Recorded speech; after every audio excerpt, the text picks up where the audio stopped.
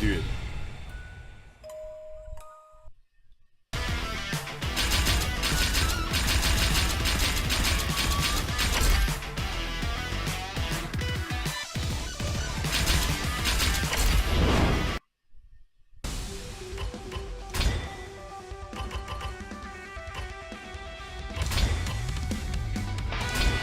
Hello.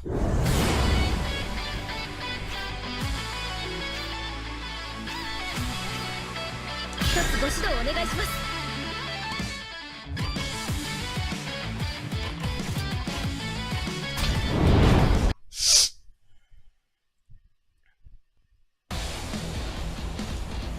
ファイナルラウンドファイト。無理だ。渾身。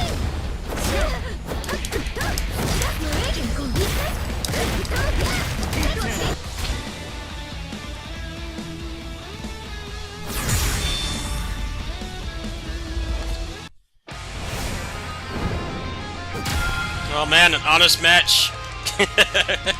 No guns. We're off to a good start. All we got is limbs, no guns.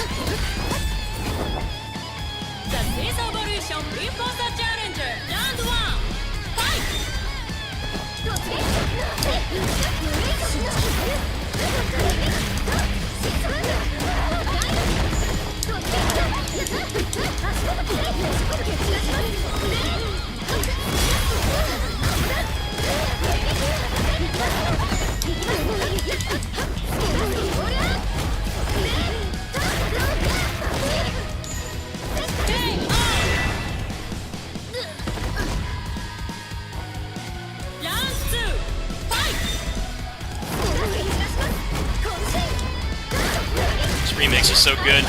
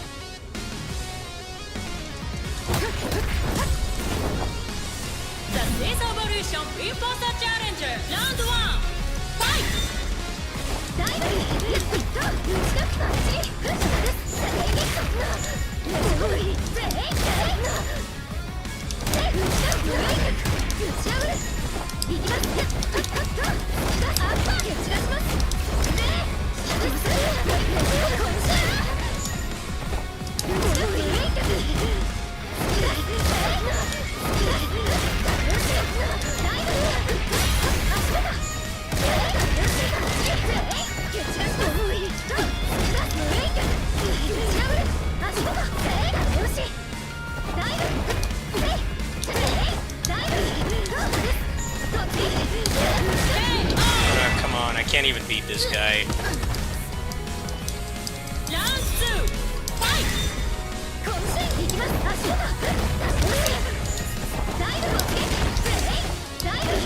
How did I drop that?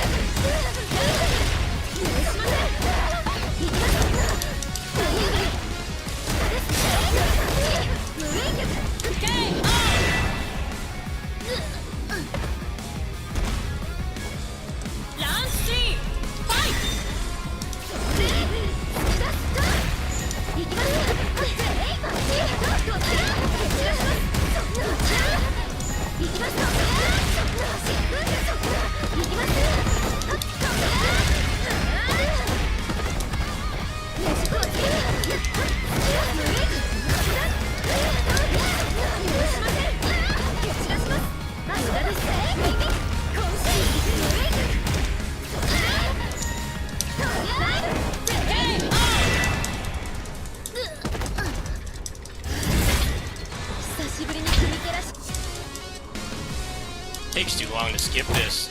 Get back in.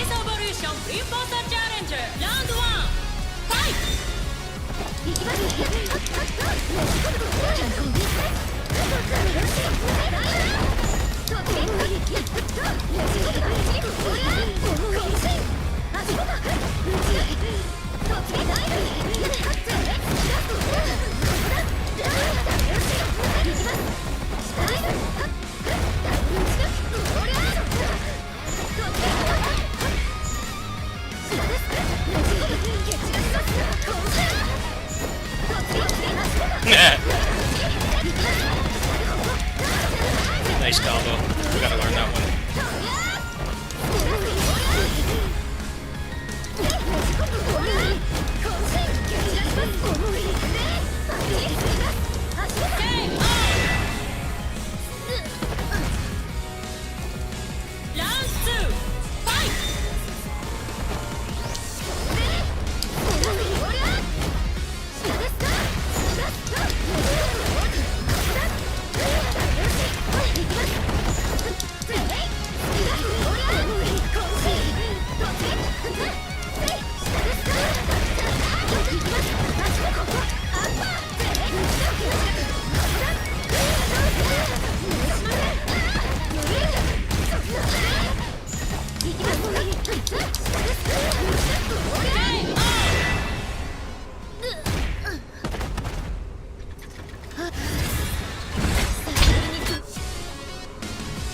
Honest matches tonight. Hasn't been a single gun yet.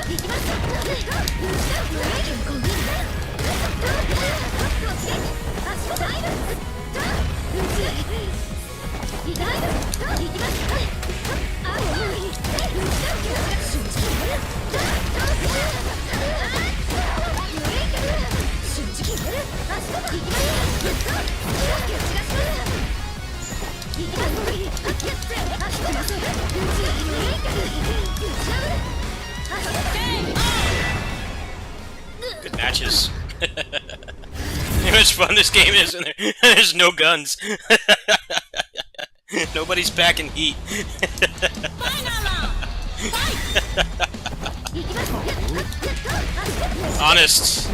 Honesty. Love to see it. Didn't even get pissed when I lost. Like those are good matches. Now I'm gonna get nothing but launcher for the rest of the night. I'm gonna expedite me turning this game off. I'm waiting for it. Oh, more honesty. Nice. Been blessed. I don't even know how to fight Grappler because nobody uses him. I want to try him, but I feel like it's a fool's errand. It's all the guns and stuff. The half-screen hitboxes. All he's got is his arms, man. He's got them hands. That's it.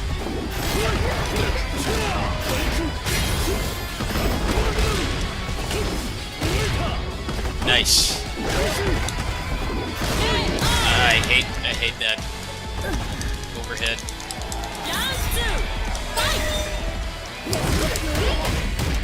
Oops.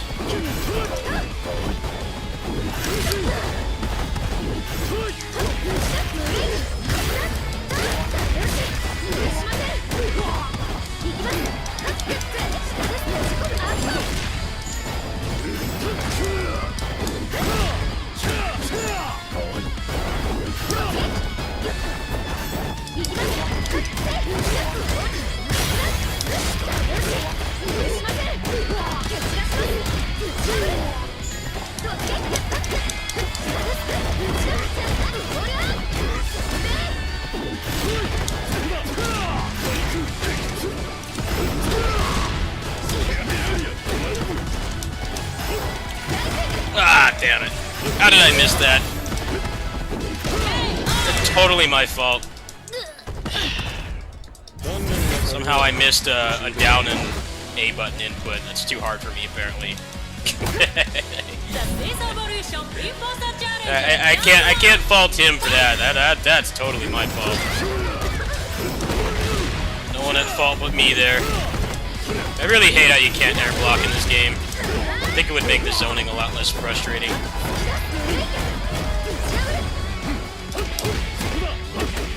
Alright, let's see what you got. Ooh, that looks cool.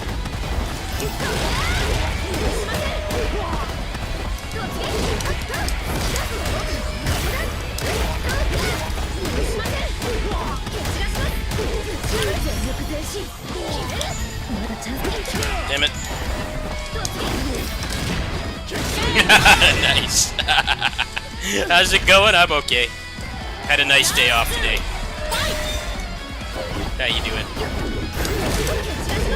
Just playing some Kusage until I get frustrated and turn it off.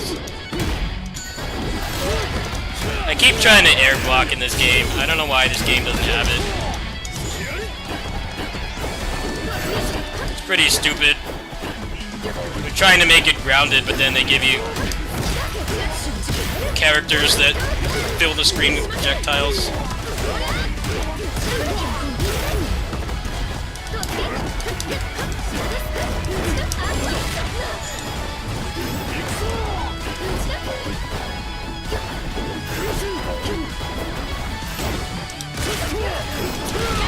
Nice.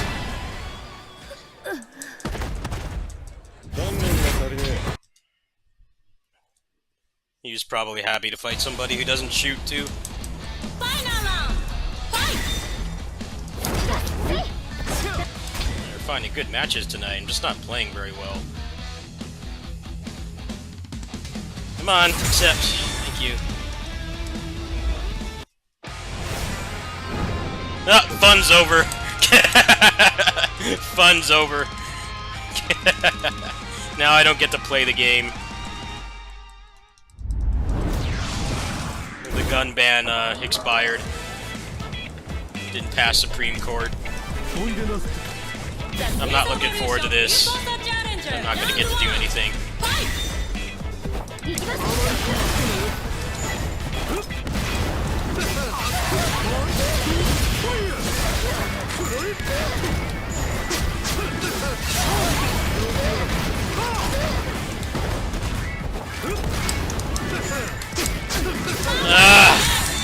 Can I ever attack? Like, with half-screen hitboxes, I can't hit him. Just keep shooting.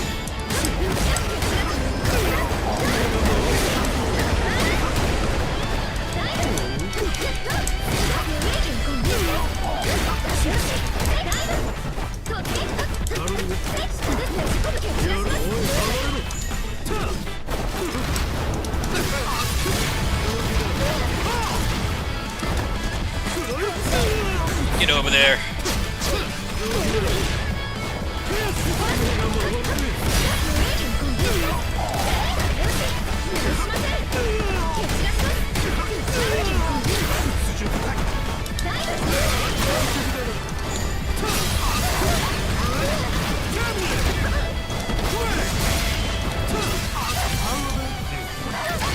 Great.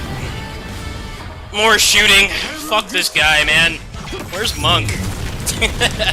He's lame. Where's Monk? You need so many characters with guns. They suck the fun out of this game. They really do. At least the character I'm playing. It just gets frustrating. I can't ever get in. Fuck that.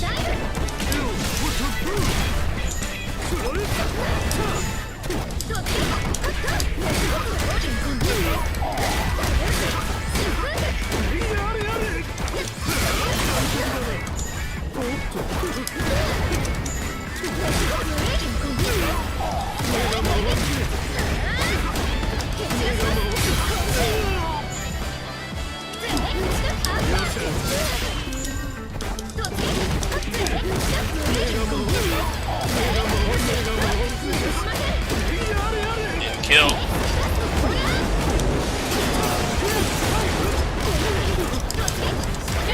Good. Round 2. Fight.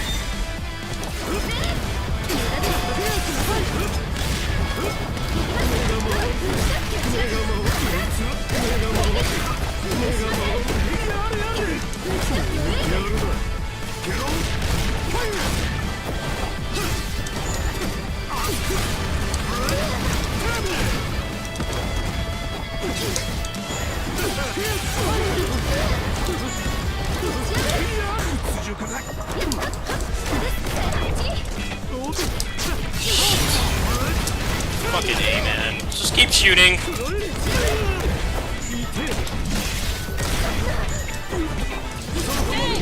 God, man, I'm tired of these gun characters. Why are there so many? I have much more interesting characters to add. I need so many guys with guns.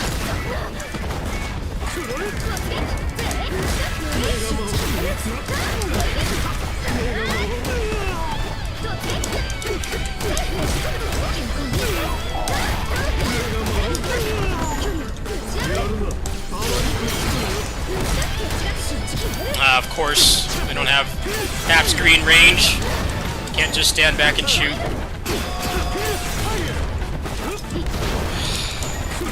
Would have fucking won me the match too. Now I'm just zoned out. Get over there. And of course, you can just shoot from that far away. Great fun.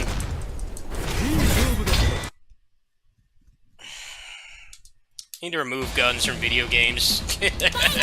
Melee games. No guns. They always ruin everything. You're stuck with stubby normals and they just keep shooting.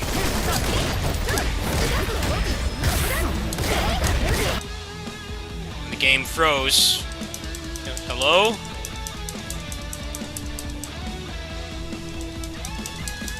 Hello? Why does this keep happening? They need to fix this. Can you even test this? This is like the 5th time it's happened to me. Hello? Work, please. Just freeze. Fix your game.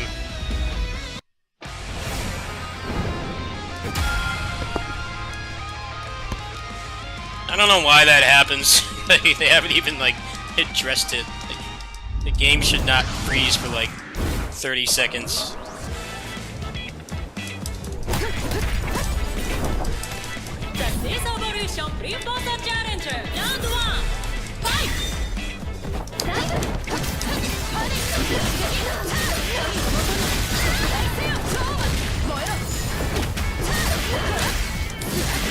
Not gonna get the play.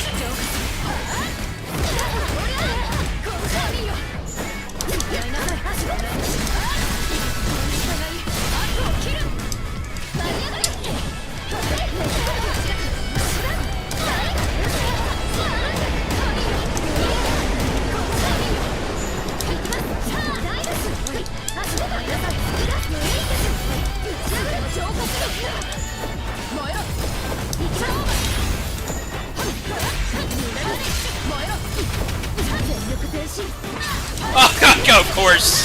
Of course! No, I don't get a privileged super either. I get outraged and everything.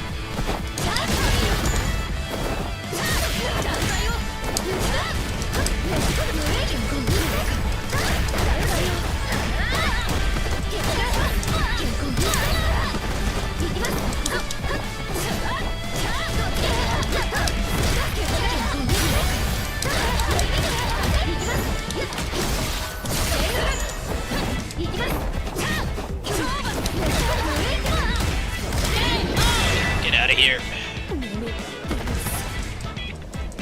Playing really bad tonight. It's not the game's fault. So some matchups are really frustrating in this game, and I'm also not playing very well. I was playing a little bit offline earlier. I was playing a lot better.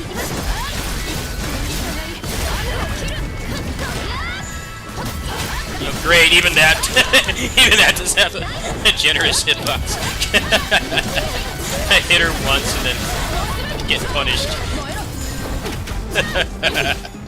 You just gotta laugh. I'm not playing a privileged character.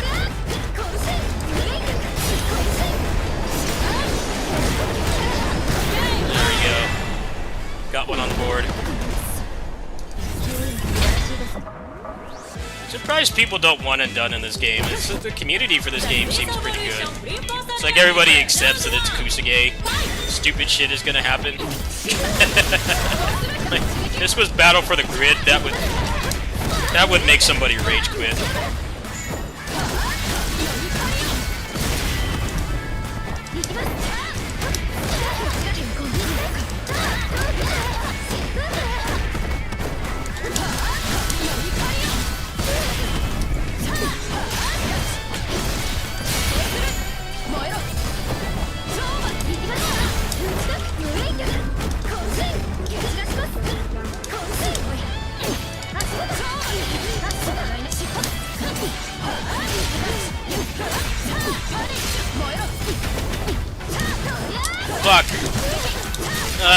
come on, does my DP have like zero range? Zero range. The hitbox is like pixel.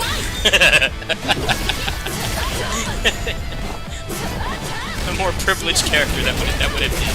Nope.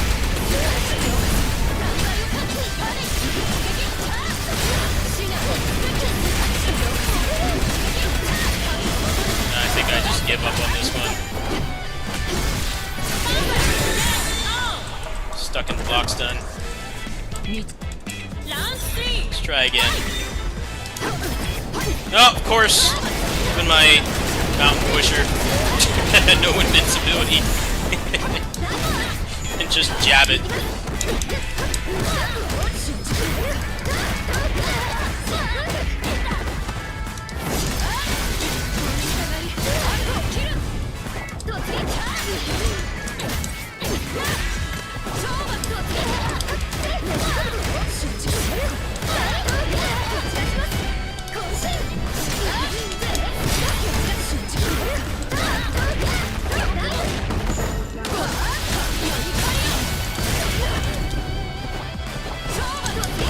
Ooh, nice.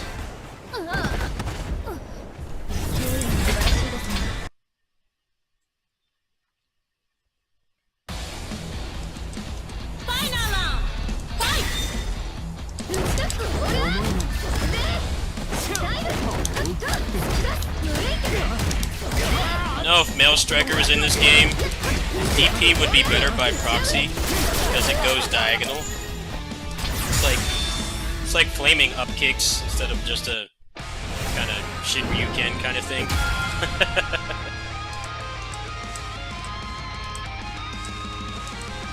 Even his version of the 1-inch punch. Well, no, his version of beat drive, hectopascal kick, would probably be really good in this game because it would go like half screen. He's not gonna make it in this game though. I think they're not gonna do that. They're not different enough. I would have preferred Male Striker, but Female Striker was actually the first character I ever played in DFO. Like 14 years ago. That's kind of why I play as her.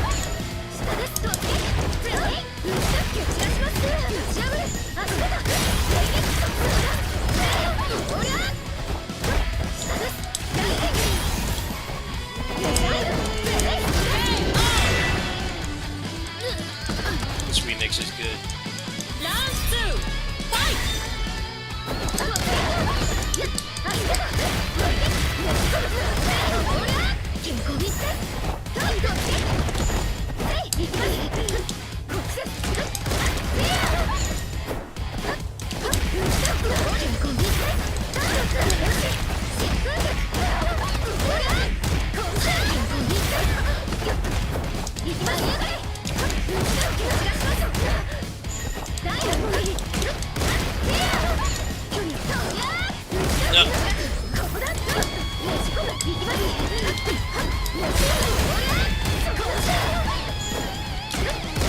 Bam!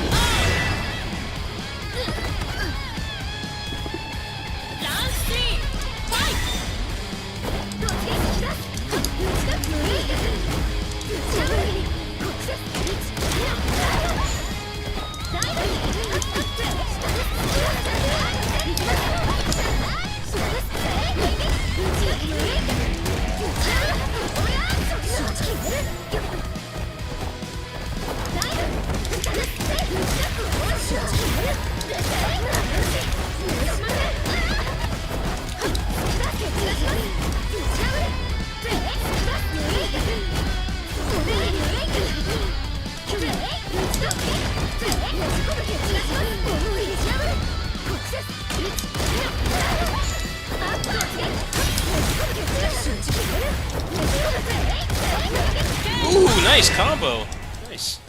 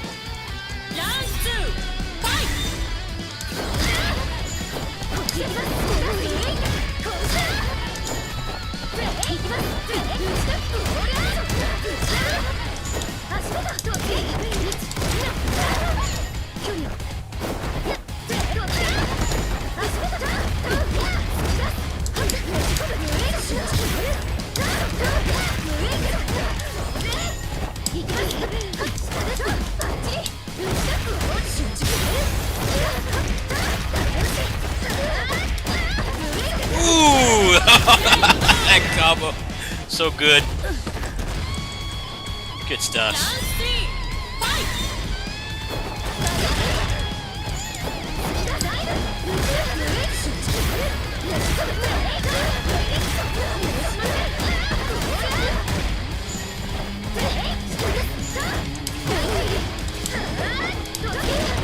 Yeah.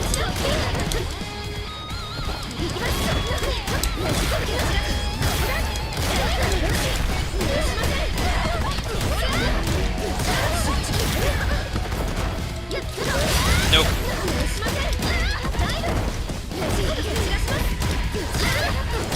Nice. Good matches.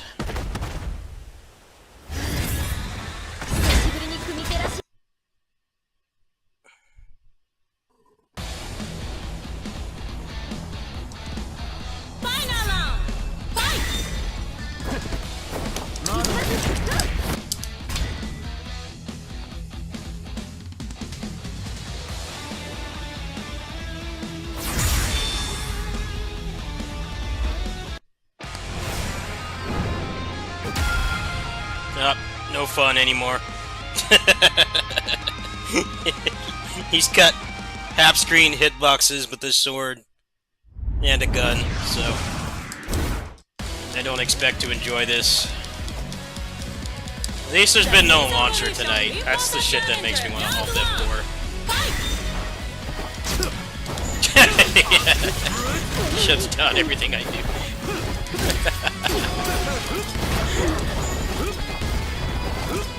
Yep. Oh, of course my move doesn't have invincibility, why would it? No, you're not getting it perfect.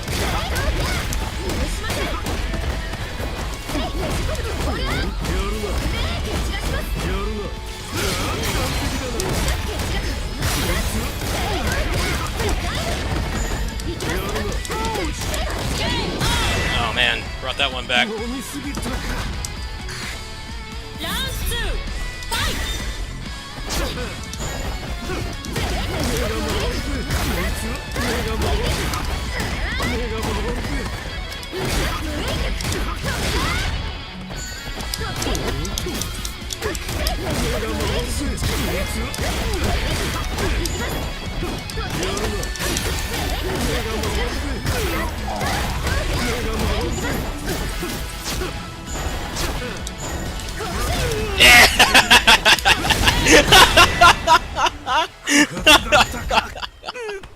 Oh man, that baiting that DP was so good. I knew that was the end right there.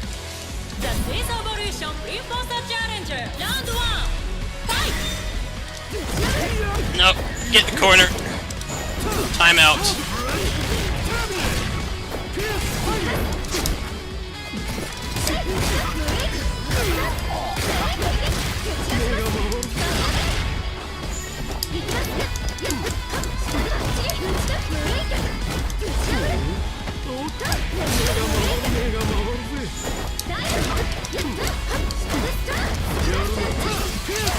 Shouldn't have done that string. I'm giving him room space. Screen real estate. Fuck.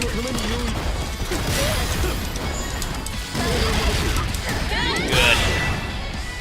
Versal DP never fails. I gotta, like, not let him do that. Get him in that corner as soon as possible.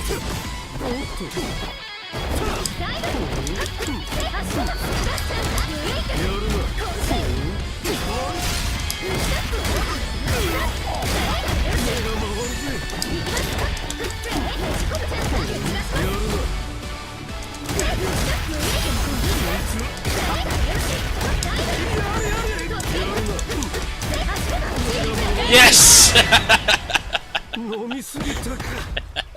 Zoning defeated.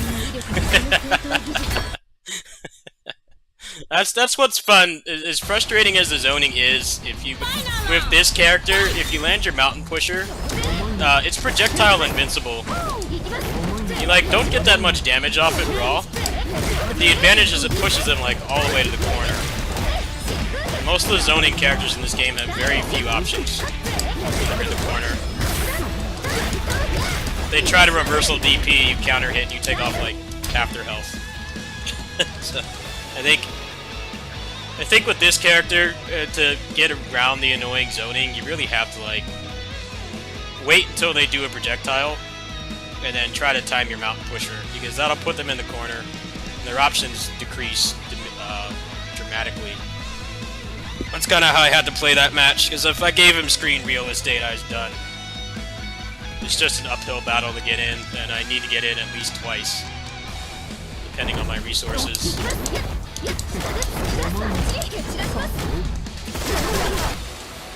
Game froze again. Great.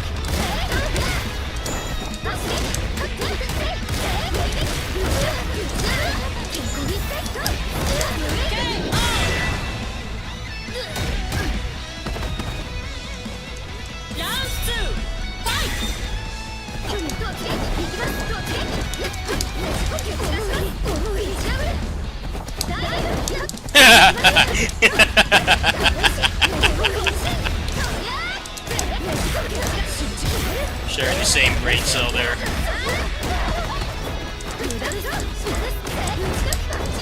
Shit. I gotta like stop doing that. I think that block string is worth it a lot of times. You need to be really close to them.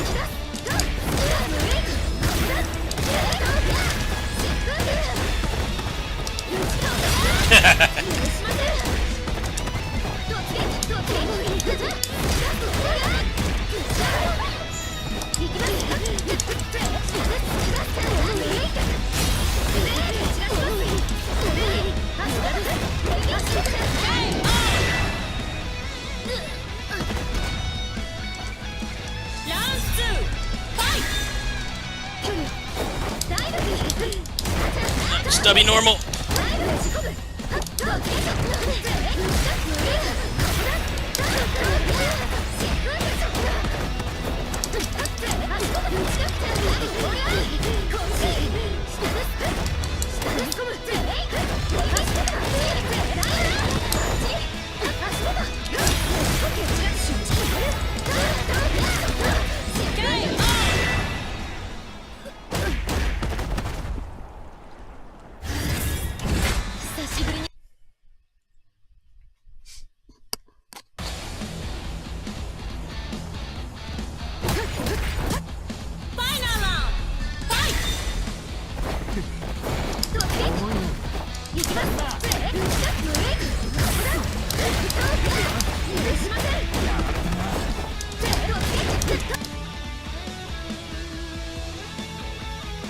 Did they like fix this? They should think your computer's crashed, but no. I went to the game center today, did it over there too. It froze for like a full minute.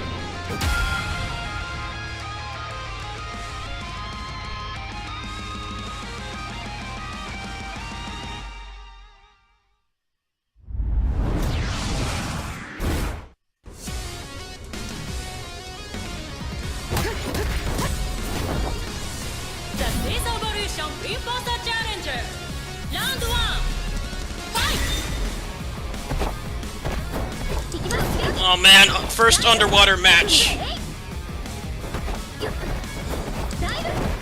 No. My stream's still on.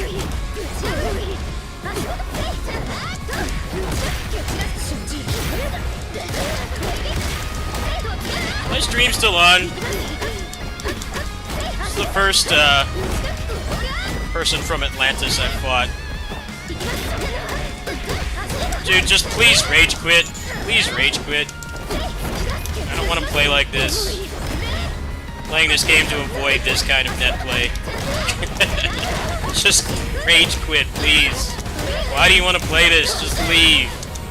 I hate when people do this. You know your connection sucks. Come on. I hate this. I'm gonna lose my win streak because this person can't stop torrenting porn. Come on, just leave. Just disconnect. Come on. Why can't your internet go down or something? This sucks.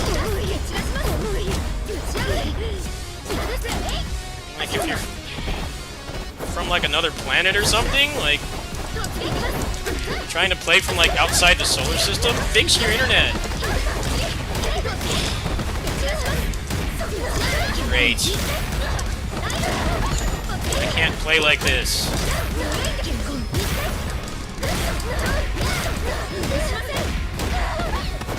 There's always got to be somebody like this.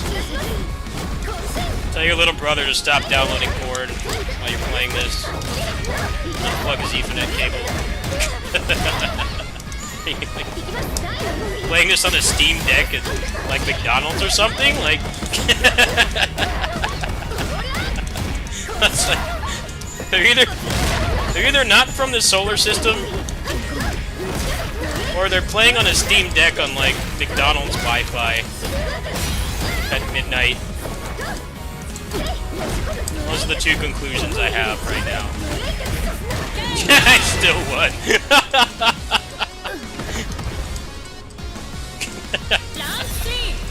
McDonald's is closed.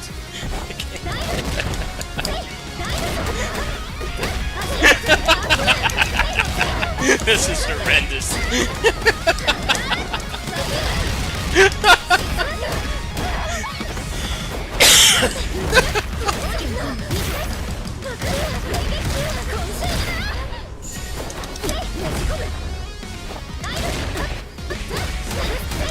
Yeah, you're loving this, huh? Making me play like this.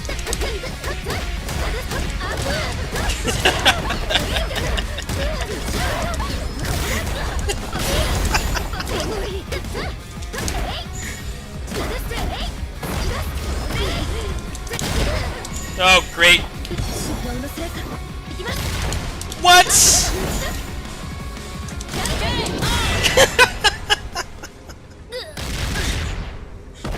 You're a great player. Must be from like Mars or something. No, you're not getting a rematch. Sorry. Fix your internet. The porn torrents can wait.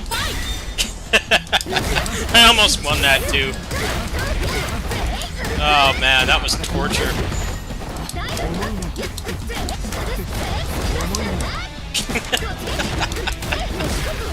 That was like the first sign of alien life right there. That person was not from this planet. That person was from like Mars or some shit.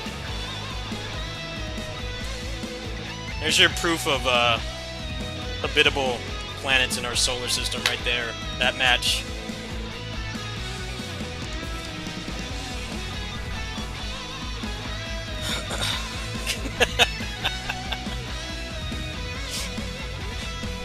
Either that or that was fucking King Neptune or like Aquaman playing from Atlantis.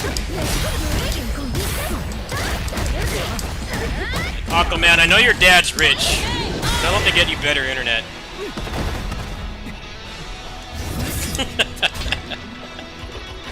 Oh well, one match like that is not bad.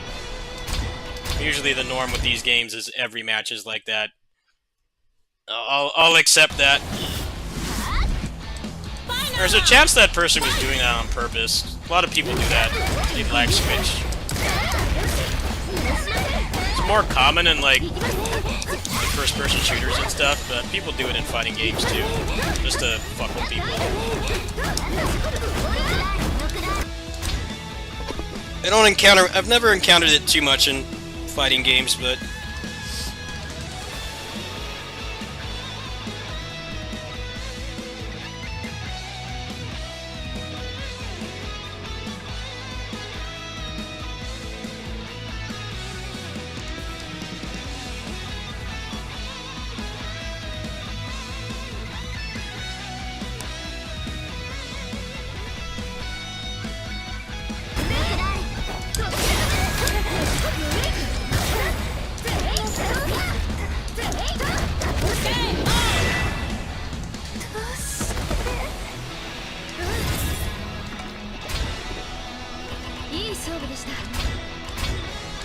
reminds me of my friend playing SF5 when it came out, and it was like this Ken, and this person's connection was horrendous. Like, Ken was like doing instant transmissions from Dragon Ball Z.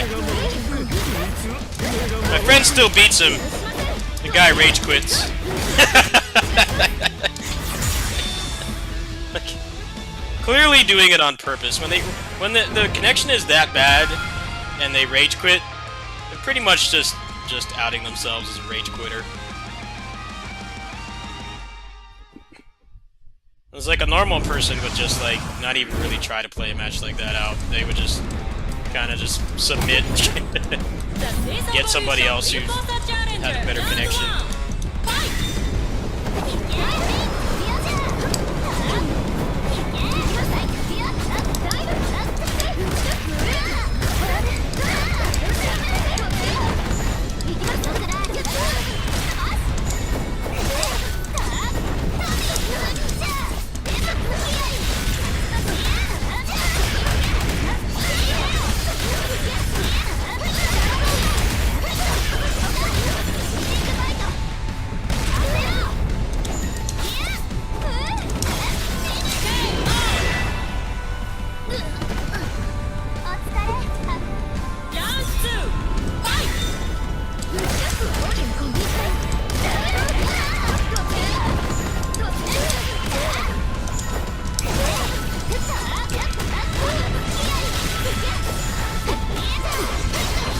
Still haven't gotten a rage quit on this game.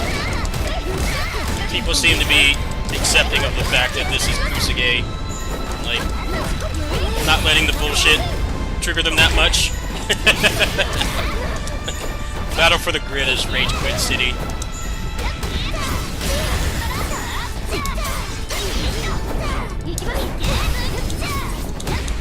People seem to be able to accept losses in this game. Which is weird coming from Grid. Grid, it's like you land an overhead on somebody kill 2 of their characters, they just leave. In this game, people are pretty respectful. The Space Evolution Reinforcer Challenger Round 1 Fight!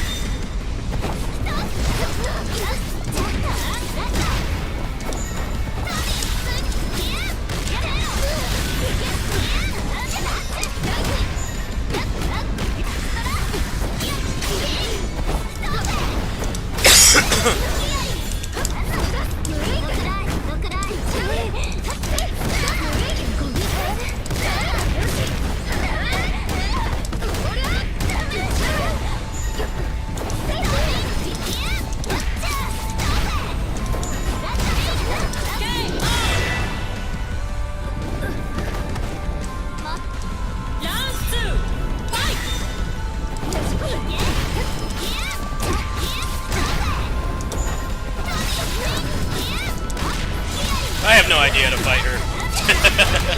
No one plays this character. Very clearly unmatched here.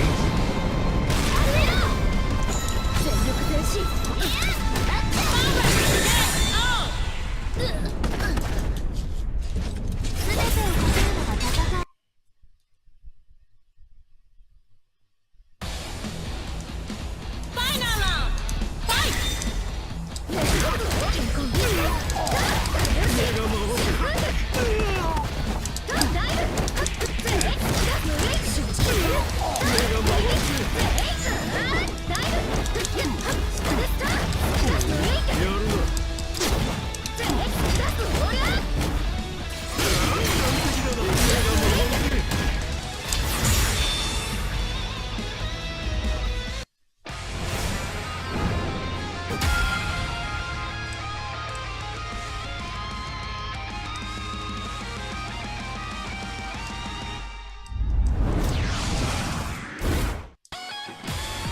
Oh man, Silver Knight remix! Good stuff. The Space Evolution Reinforcer Challenger Round 1 The best old school DFO tracks.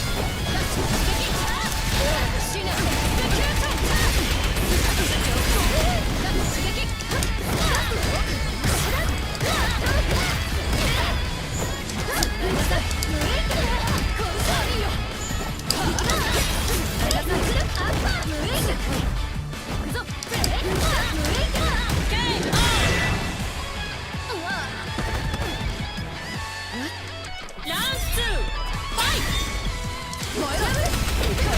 That almost worked. Hitbox too generous.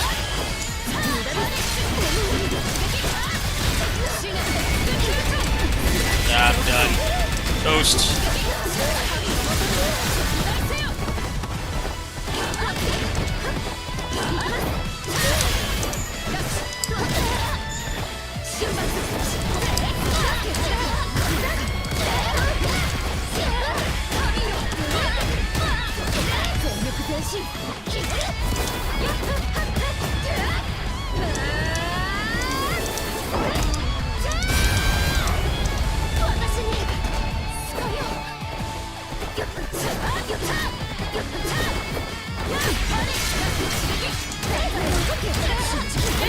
Oh, there goes that 8-win streak. Get your half-screen hitboxes out of here. GG's. Getting better at landing the super. Definitely something I need to improve on.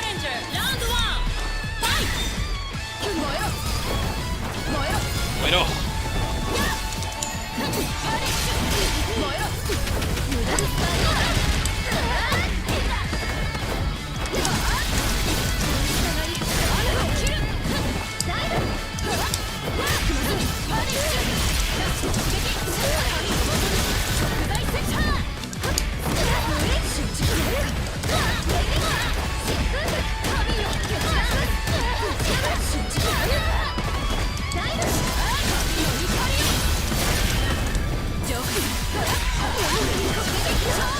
Fuck.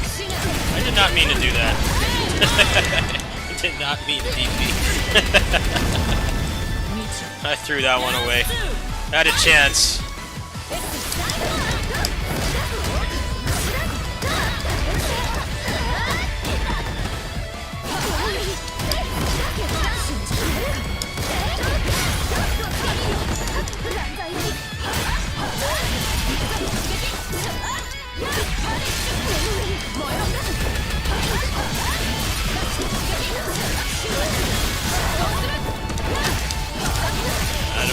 combos. Oh, that combo was sick.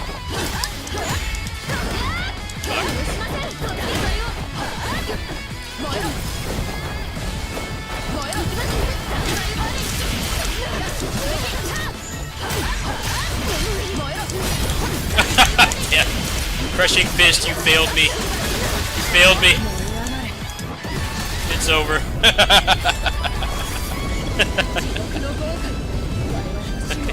Crushing fist is like my favorite striker move.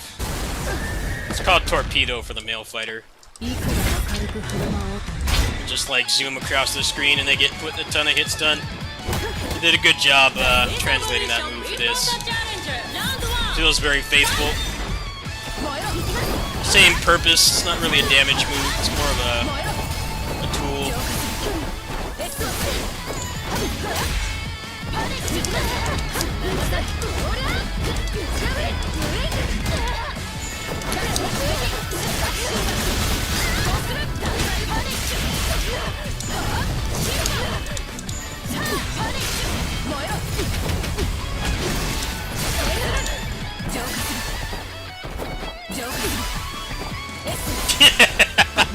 He's just toying with me. Abuse.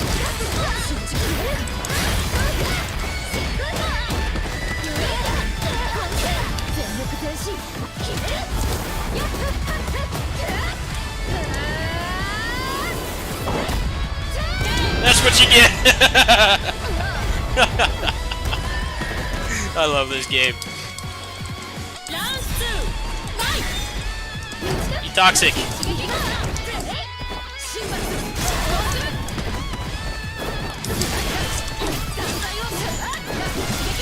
Oh, that cross up was cool.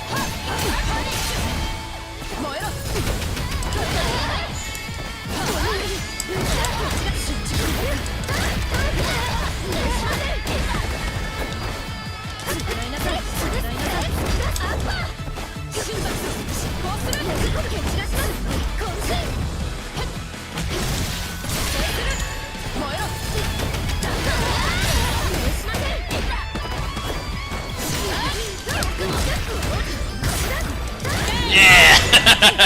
Nice. She's got a pretty honest reversal. You try to like stand next to him, you have a lot of time to counter. You get a counter hit, and then you get like full crit damage.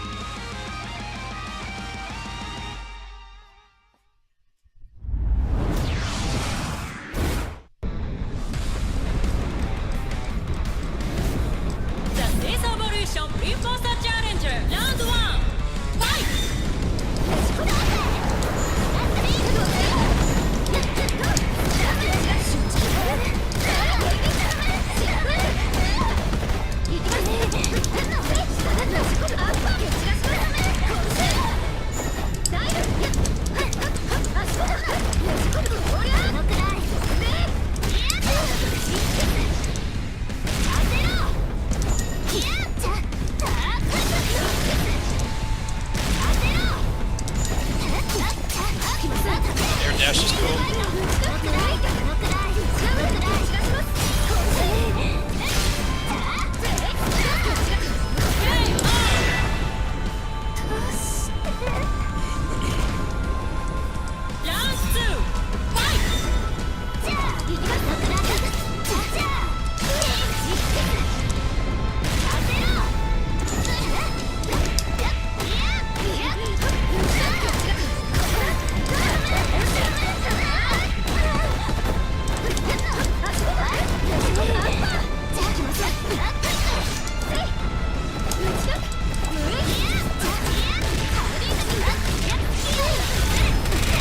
Oh, that combo looked nice. That's pretty sick.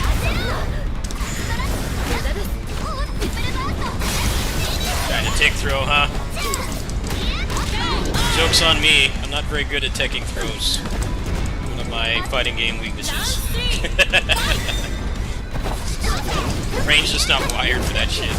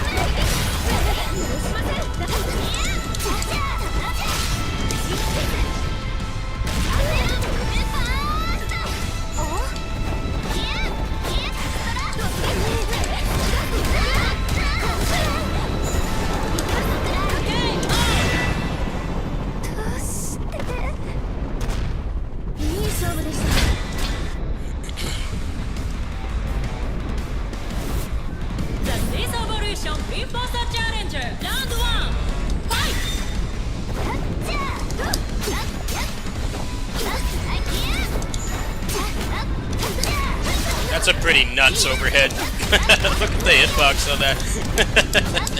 That's a thing of beauty.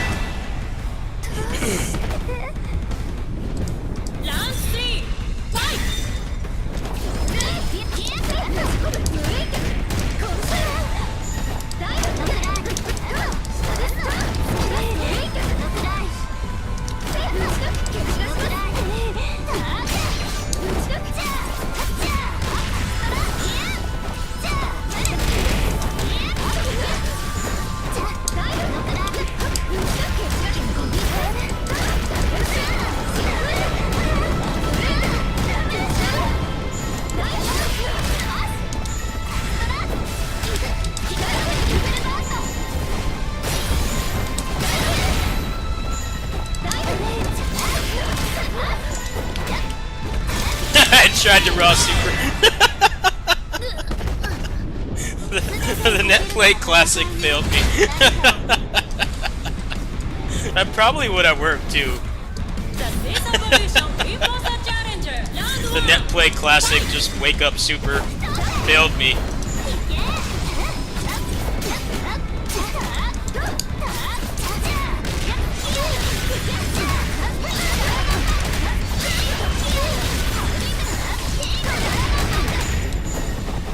That's nuts. The dragon stays out when she gets hit.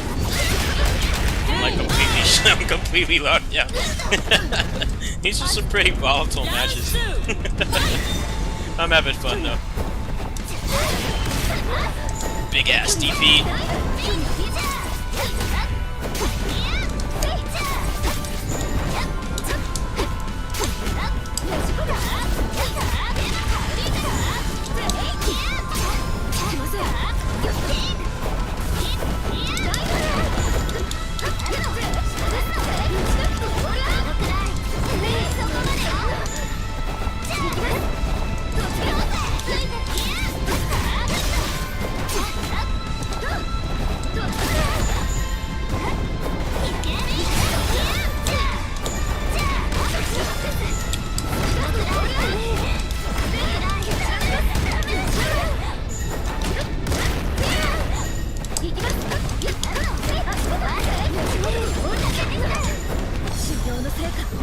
No!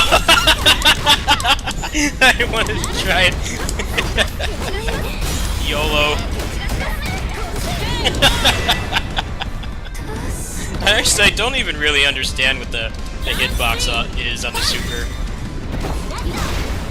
Oh well. Are you gonna eat some fat damage?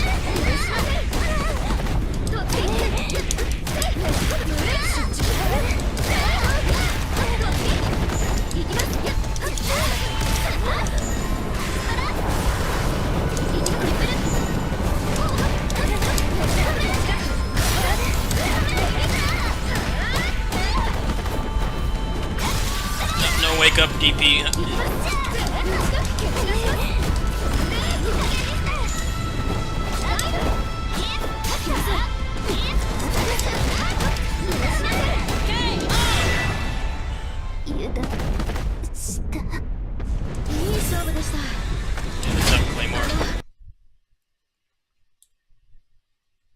From my experience, outside of tonight, matchups have been like 90% launcher, and like 10% everybody else.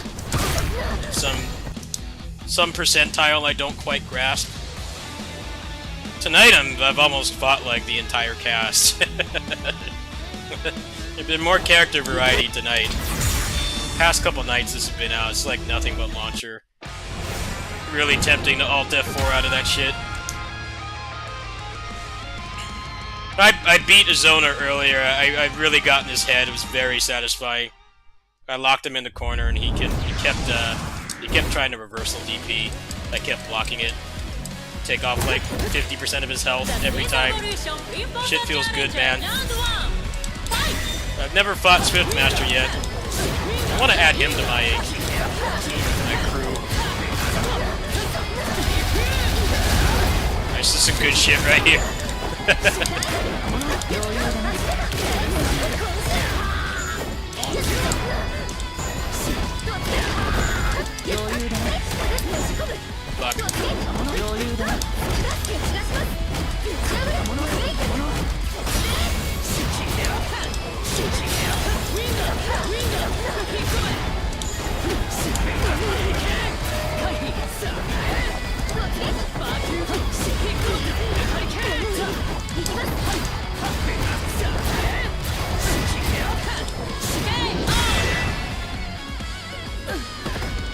I didn't even know you played fighting games. Since when do you play fighting games? Play like esport stuff like Smite. I didn't know you were on this too.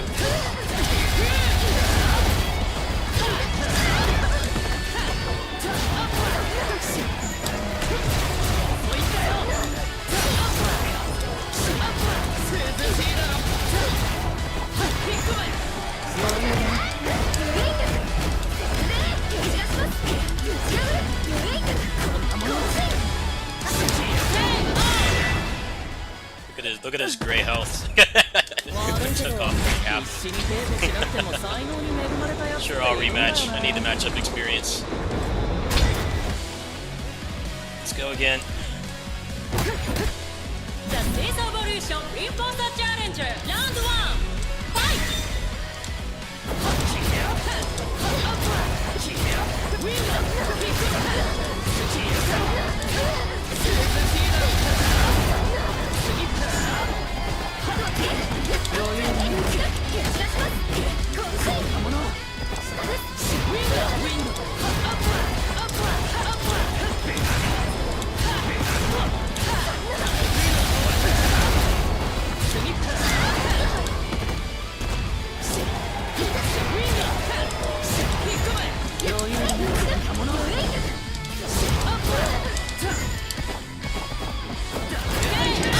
Can't get in.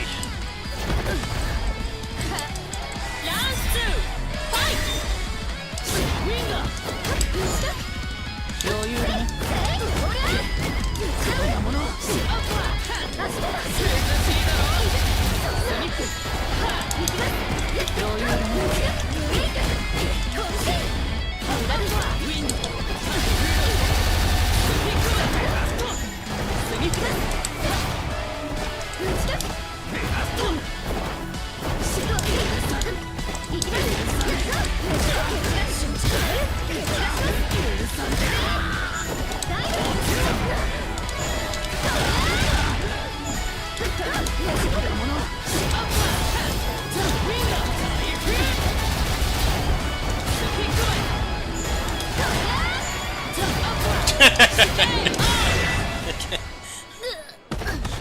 I like how I made the correct read there and DP'd, but because the hitbox on her DP, if it hits them on the side, you can still get punished. You still get punished for full counter hit, which is like a pretty big deal in this game because damage is already high.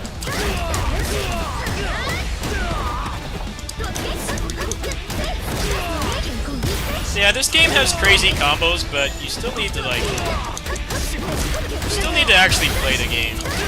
I see a lot of people complaining about the combos. I'm like, well, you can't air dash in this game, so rush down is not brain dead. You can't air block, so you can't chicken block. Chicken blocking is a very common thing in anime fighting games like this. The game is relatively grounded. There are some characters that can do that stuff, but it's not a universal system mechanic. Like, you still have to know how to like space your attacks, land punishes and stuff. Although I honestly think this game could use chicken blocking. The more I play it, I feel like it would solve some of the problems. Like the striker and grappler just getting zoned out forever with like zero skill. Like if you could chicken block, you could get in on them a lot faster. I respect their decision, I don't think it was the right one. The chicken blocking does tend to really take over a lot of fast-paced fighting games like this. The thing about chicken blocking is it's actually like a good tool against zoning. If you can chicken block, you know, they can't always attack you in the same way. Then you go watch Marvel and people just chicken block back all the time. And you kind of understand why they did it.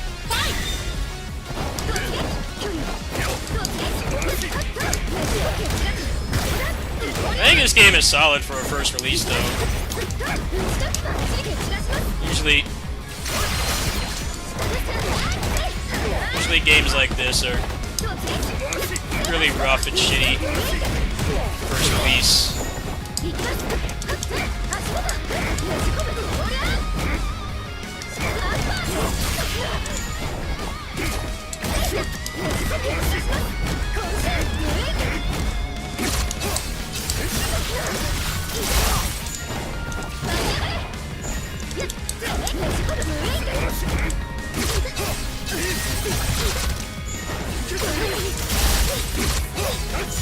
Okay.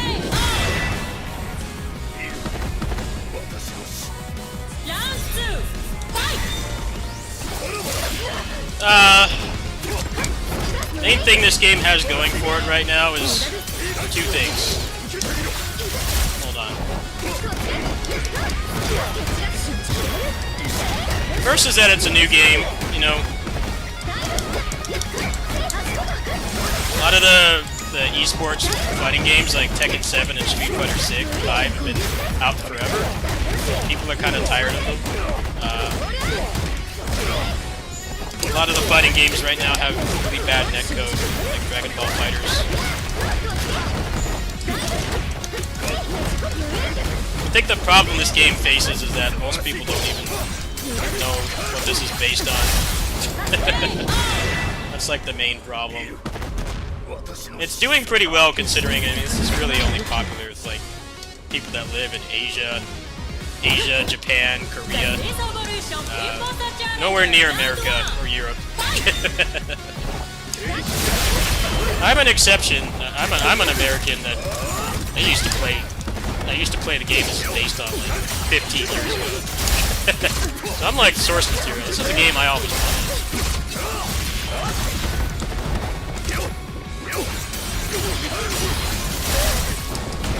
Kind of like how I am with Fire Emblem. Fire Emblem, like, I don't give two shits about Fire Emblem. I think it's a lame franchise. That game is legit good. Like, I can look past it. That's kind of what people are doing with this. It's a good game that lets you express yourself.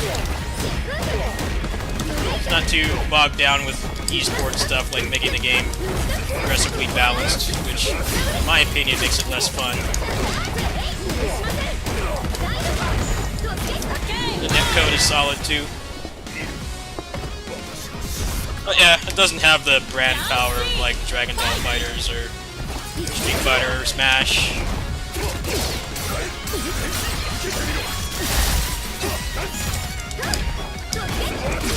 Completely drop that. Add some momentum there.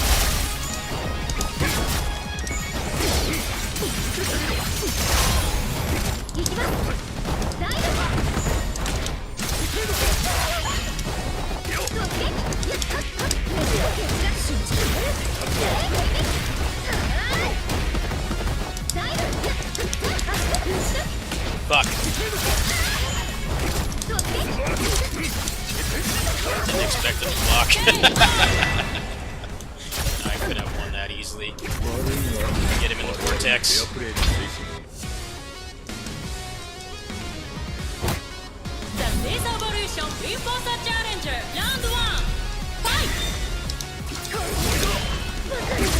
Oh, that slash was sick.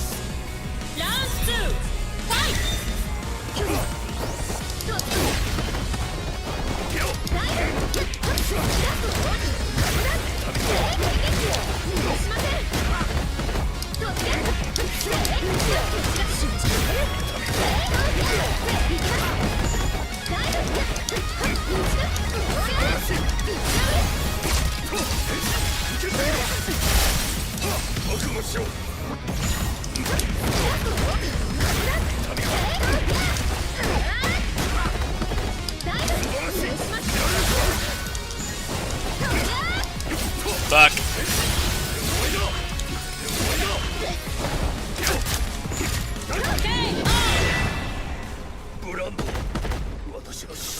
I think people actually like don't realize how popular this IP is. It definitely rivals some more well-known stuff for sure. The amount of money this game has made, the game this is based on, is obscene. And like every game this game has like World of Warcraft syndrome, where everybody World of Warcraft came out, everybody tried to make tap target MMOs, which it's not really that hard to make them. Everybody tried to make them, but like really, it's pretty much just World of Warcraft, Lineage, and Final Fantasy XI were like the only real standout ones. This game is very similar. There's been so many clones of DnF over the years, and most of them haven't really had anywhere near the success. Like, there's a reason why they made this game. They just didn't make it for America. They made this game for Asia, Japan, and Korea. It just happens to have good graphics and gameplay and netcode. I'm surprised they even, like, released this over here.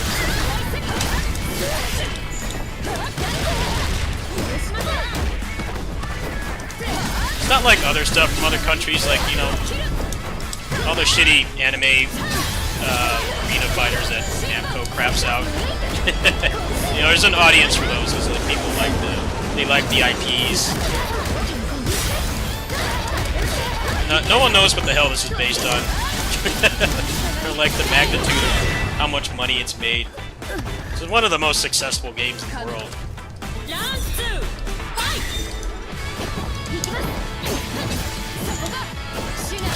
The English versions of this game have gone through some rough times.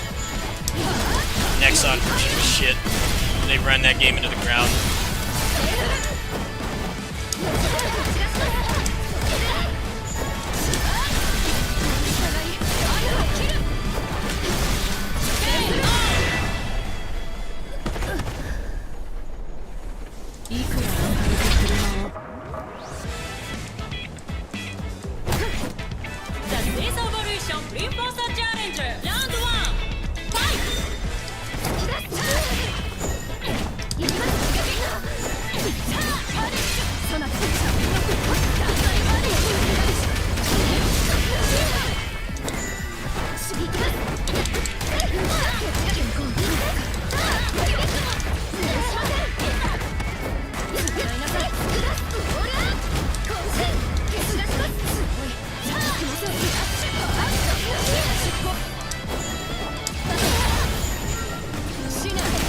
Not have a good DP, do I?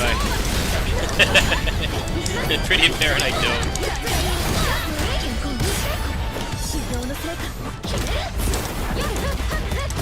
DP is not privileged. Still one.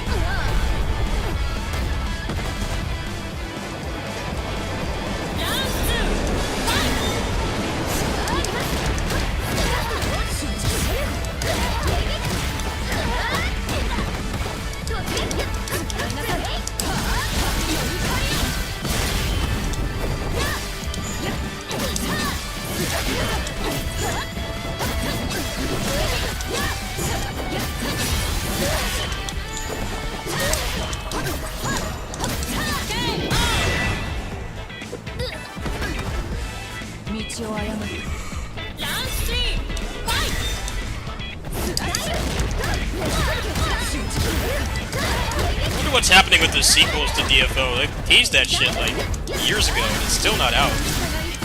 It's been so long that they put out a mobile version and then they announced another sequel. They announced another sequel and the first sequel is still not out. Okay. I feel like they know that they have some big shoes to fill. Those games to be anywhere near as successful as the first one. Historically, with like Asian MMOs, or MMOs in general, really, sequels don't do as well. Maple Story 2 is a good example. Maple Story is a decrepit-ass game. They tried to make a new one, and no one liked it. It got shut down fast.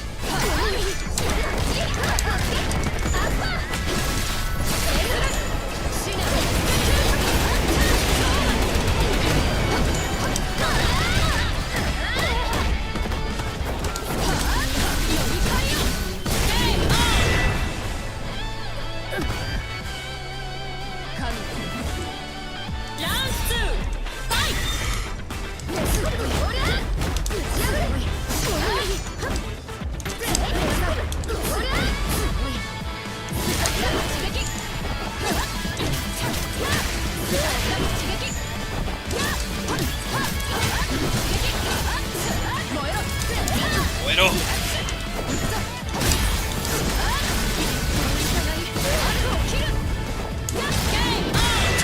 That trade. What? What? I have like the worst DP in fighting game history. How did that trade? I disagree. I disagree with that. I'm just gonna lose anyway. It's the principle of the fact that I... How did that trade? This fucking game, man. Like, her DPs, there's two problems with it. The first is that it will hit on the side, but the hitbox is really small, so you'll hit them, they'll be out of hit stun, you're still recovering. So they can land, they can recover from the hit and land, get up, and then still punish you.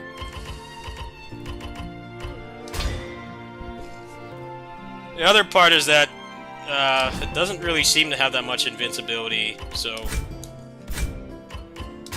a lot of times she'll trade. Trading in this game is not good.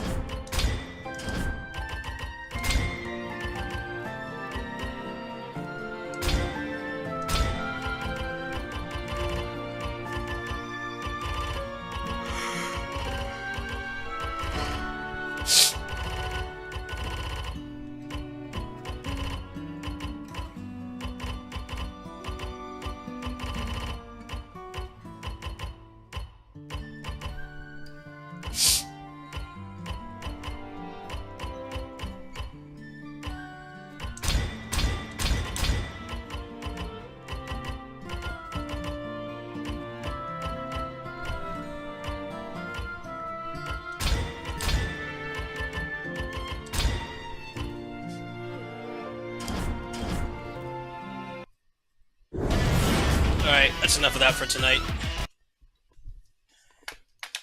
Need to recover my one brain cell and play that game more. That was fun.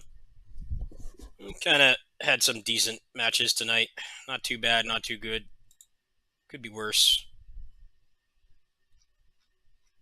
Yeah, Claymore, to answer your question, the game is selling outside of Asia just because of the graphics and the net play. Like, it's not a popular IP. I don't even think most people in the fighting game community playing it even understand like just how popular that game is. It's just not popular here. It's one of those things that was like long overdue. It was like the PvP in the actual game sucks for a number of reasons. The first is the netcode. I mean, I don't need to explain why shit netcode can ruin PvP. PvP anything, not just fighting games. Also, it's just been kind of stagnant because they've added like a lot of moves to the characters in the original game, but they don't let you use them in the PvP. So it's been the same moveset for like mostly the same for like 17 years now. The tournaments, it's fun to watch tournaments for that game, but it just it's not as interesting as it should be. Like, the whole RPG aspect doesn't matter, and just your moveset is limited to stuff that's level 45 or below, which is like half the moveset at this point. It's like it's a game that needed to happen. I guess it just, I don't know. The game is only 7 gigs. It runs on like crap computers, so I don't think tech was the problem. I think it's just like I didn't want to listen to people. Those people love those characters. They love the game. They like the universe it's set in and stuff, but the game is starting to show its age. It's been around since 2005, so even by pixel art standards, it looks pretty dated and disjointed, because like there's beautiful new sprites in that game, and then you look at like the fighter, the character I was playing, or like the mage, and they look horrendous. I'm curious what will happen with the sequels. I wonder if they can break the curse of like trying to make a sequel to like a hugely successful online game. Even Final Fantasy XIV, like that's a pretty good example right there. Everybody hated 14 when it came out, and 11 was like hugely popular at the time. There was pretty much only that and Lineage that were like competing in terms of tab target MMOs. That were competing with Warcraft.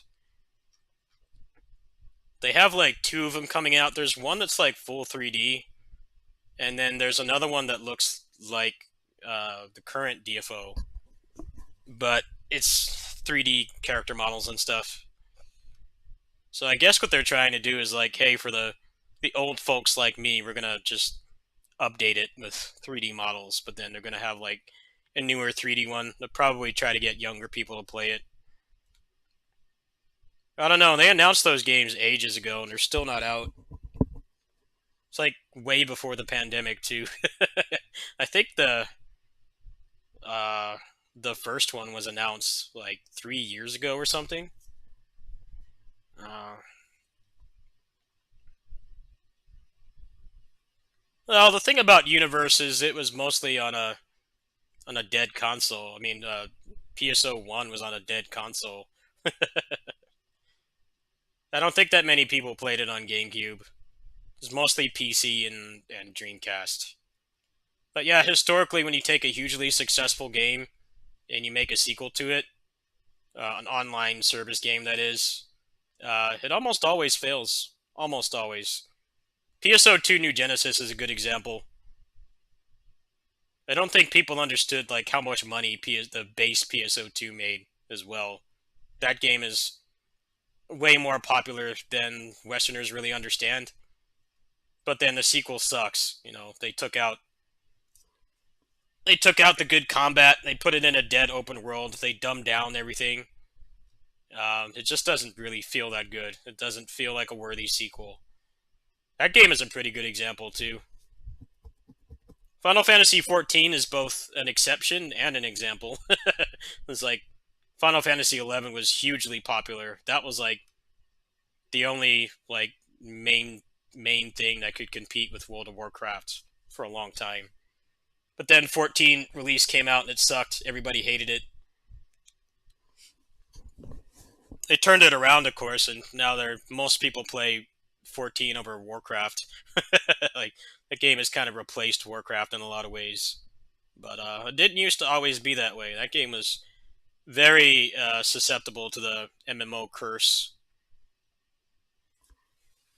That's like one of the few times that's ever happened. Ragnarok Online 2 is another one. That game failed pretty hard, and I think they still update the first game. Maple Story 2 is another one.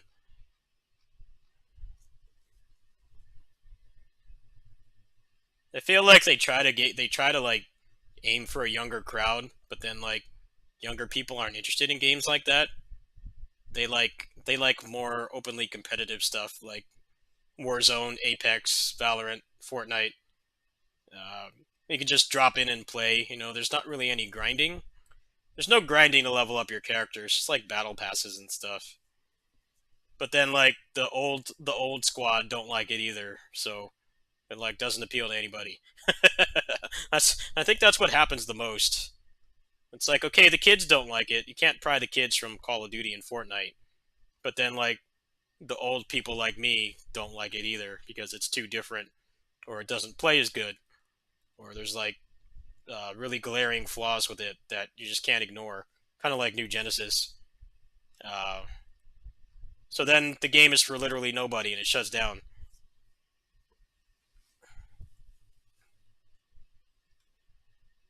Ragnarok is an ancient game. I think the problem with Ragnarok is like that game is older than World of Warcraft by a couple years. It's quite a bit older than World of Warcraft. But then when they put out Ragnarok Online 2, it's basically just uh, World of Warcraft with weeb characters running around, and it just didn't stand out anymore. The whole thing about Ragnarok Online is it was like an anime kind of thing, but it was also tab target around the time that Final Fantasy XI came out. Final Fantasy XI kind of went for a more realistic style. That game looks like shit now, of course, but at the time, it was trying to go for the modern Final Fantasy style, where it tries to look realistic. But then the second game was just kind of like more generic, uh, generic tab target MMO stuff. It's like, honestly, tab target MMOs are not the best thing to get into unless it's one that's like established, like Warcraft or FF14. Because those games die really fast. Most of them die. The DnF clones, I feel like those mostly succeed on mobile these days. Uh, there's a lot of games like DFO on mobile, and they actually have like some success over there. But the ones that they try to put on PC usually don't go that far. The problem with mobile is not necessarily the microtransactions. It's more the lack of controller support, and a lot of them really holds them back. Because it's like the games are designed to play with at least a keyboard, and they try to put them on mobile. Like the graphics can be better, the gameplay can be better, but then you're stuck with the shit touchscreen, and that ruins a lot of it. That ruins most of it, really. I played a bunch of them on mobile. Some of them are pretty fun. Like the main common thing is that they don't have controller support, so it's kind of a joke, really.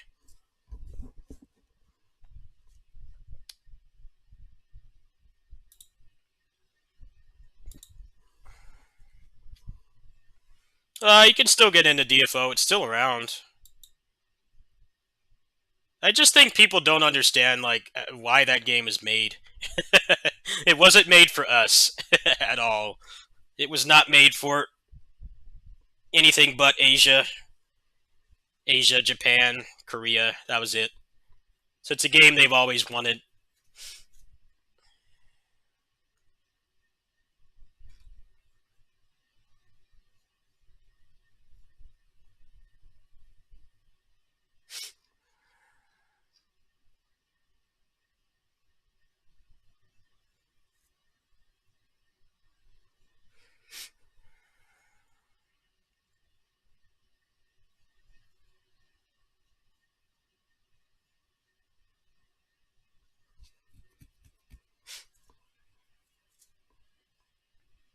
Well, problem with DFO, the reason why I don't play it anymore is because it's like not really a beat 'em up anymore. Uh, they've gone full into the whole hyper armor thing and like damage phases and stuff, and that stuff just turns me off. Like I was drawn to the game because it was a beat 'em up with like leveling up and RPG stuff, but it kind of stopped being that past a certain point, and I just got tired of it, especially because the community for DFO is very toxic, and the raids force you to interact with them. So you can imagine why that's bad. I play like PGR and stuff now, and PGR is kind of similar. Uh, the only time you ever have to play with anybody is the co-op, and the co-op is bad because of the netcode, so barely anyone plays it. Yeah, the main problem with DFO is the community and all the raids and stuff. I feel like if a service game doesn't have raids, it's way less toxic. If it does have raids, it brings out the worst in people. Like when it doesn't have raids, generally the game is a lot more relaxing to play. PSO2 is kind of a little bit in the middle. Uh, Most toxic thing in that game was tower defense. This tower defense took like 20 minutes, and people would like rage quit and waste everyone's time. I don't even think they're doing raids in the new PSO2, but the new PSO2 is shit. It's a bad game. They don't seem to know how to fix it. That game is fucked. It's a shame. I really wanted to like that game, but man, they just like took out everything I liked about it. I like uninstalled and reinstalled it like 3 times. I'm like, I think I just this game's just not for me anymore. It's like a breakup.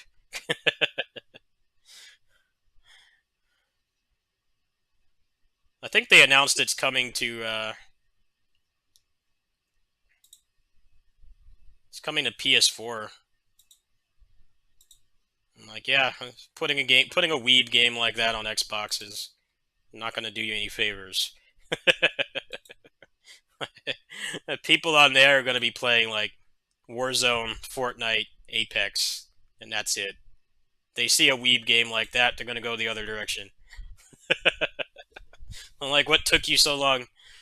It should have been on there in the first place. I don't know how much it will help. I think people will get really turned off by it really fast.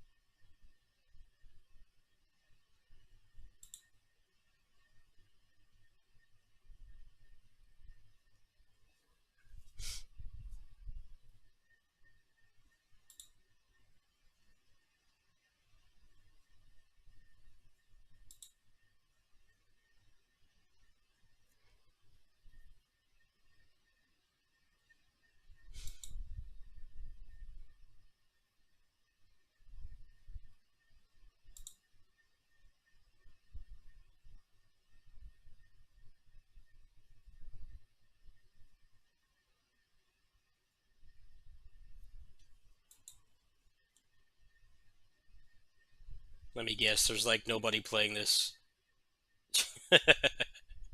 Yeah, exactly.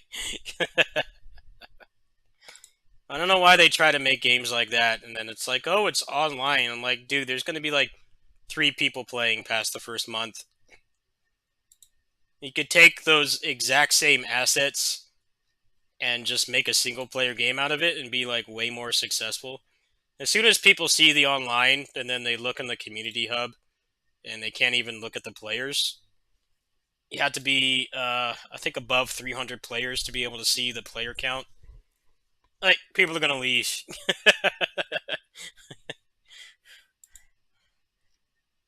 I'm all for more games like that, more diversity in, PvP games besides just shooters.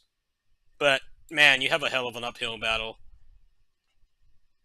And it's like, honestly, you should just make a single player game with, like, those exact same assets. Turn it into, like, a Muso or something. And then people won't be scared away by the player count. Because that's, like, the biggest problem. Like, no one wants to go play, like, a Battle Royale with like, 200 players.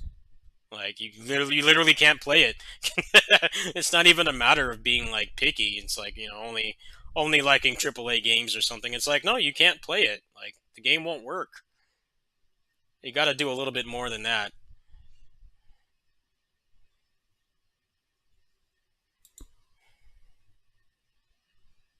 It's one of those things where you want it to succeed, but you know it can't. Just realistically, it can't. I've seen a bunch of them in the coming soon. I'm like, man, this looks sick, but if I bought it, I'd probably have like one match in the first day and then never again.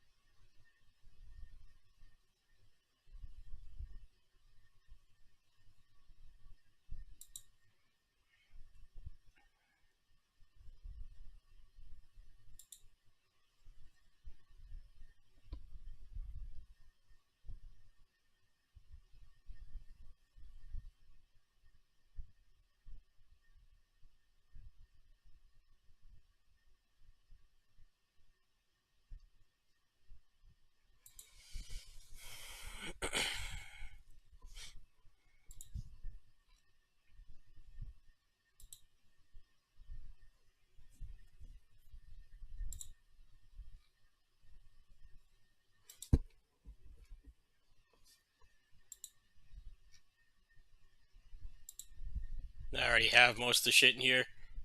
Most of it. Most of the good stuff. This is a really good game. But I bought it on the Switch and I got like 100% on it. This doesn't really have any replay value. Great game though. Well worth what are they asking for it? $12. Incredible game. Definitely under the radar. I don't really feel like buying it on PC. It's the same game. It ran pretty well on the Switch for what it was worth. I think that game actually did better than they thought. Hopefully they continue it.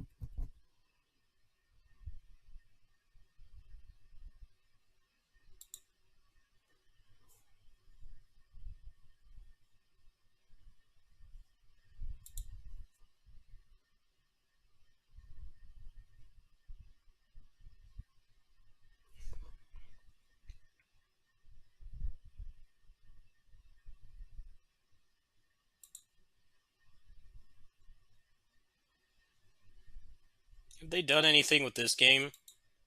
This game was really jank. And like not update anything on this.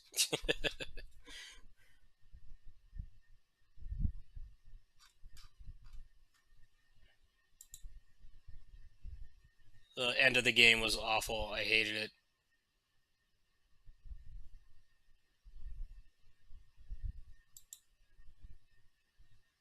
No, they haven't done anything with this game at all. The end of that game basically is just nothing but hyper armored bosses. So most of your moveset doesn't work, which is always great fun. And they take away like most of the shit that kept you playing. I refunded that game. It was not good. A shame. It looked really cool in the trailers, but I don't know when people understand like you're gonna make a combo heavy game. Don't add a bunch of bosses with hyper armor, especially if there's like nothing to really make that interesting, like a parry or a counter or something.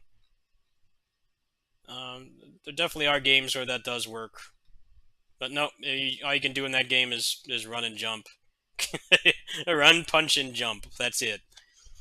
No.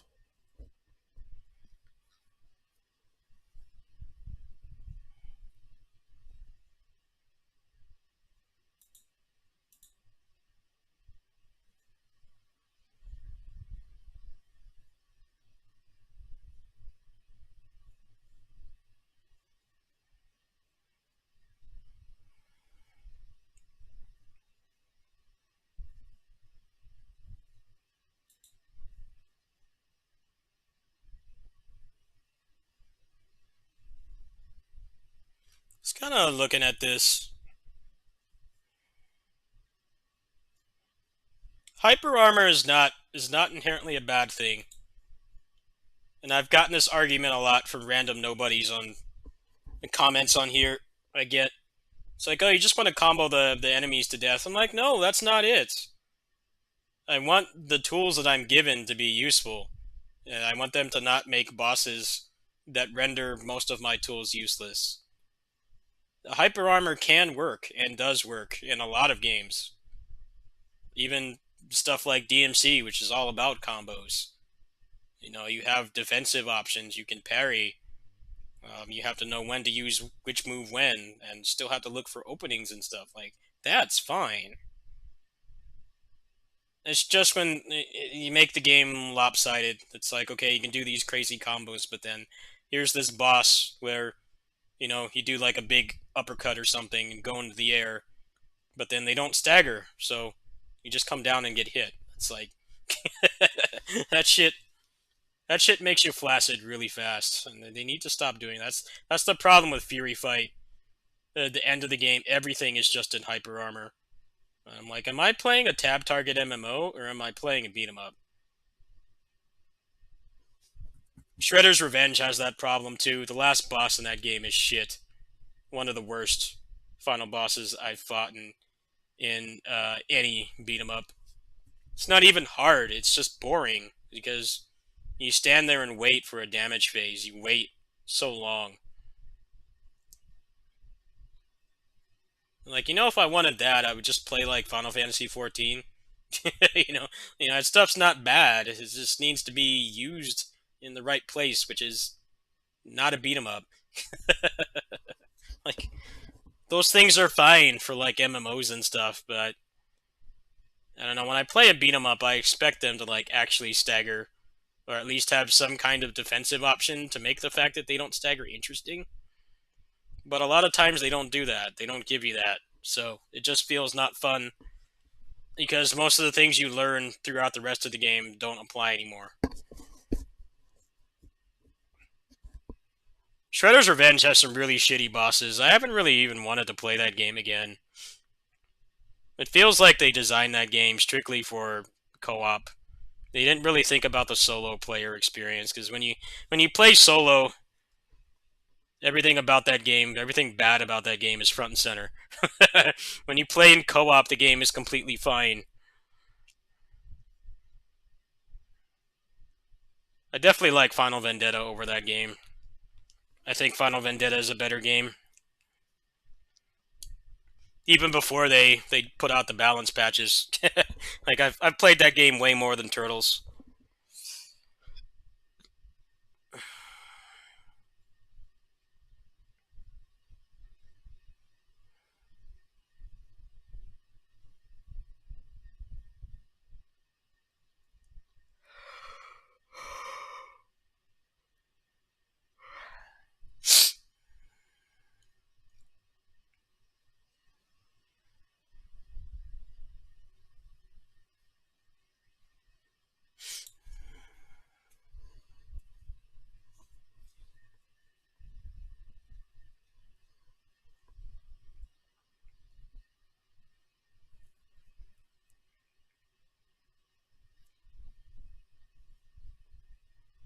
Alright. Yeah, I bought this game on Switch. I never finished it. I definitely want to try that again. I heard this game is actually pretty cool too. I'm sure there's like nobody playing it now. It's probably dead online, but I wanted to try that out. And then Contract Killer is a new beat 'em up I haven't played yet. I gotta wait until tomorrow to buy it though. I'm kind of like looking at trying to get everything in my cart.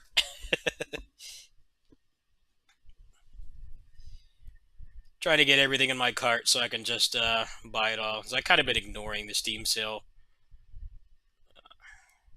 This game looks alright. It doesn't look as good as the other games, but I'll try it. It's $9.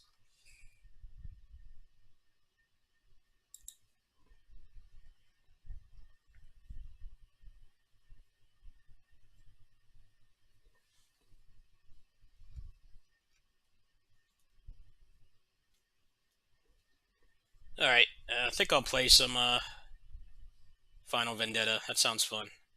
Let's do that.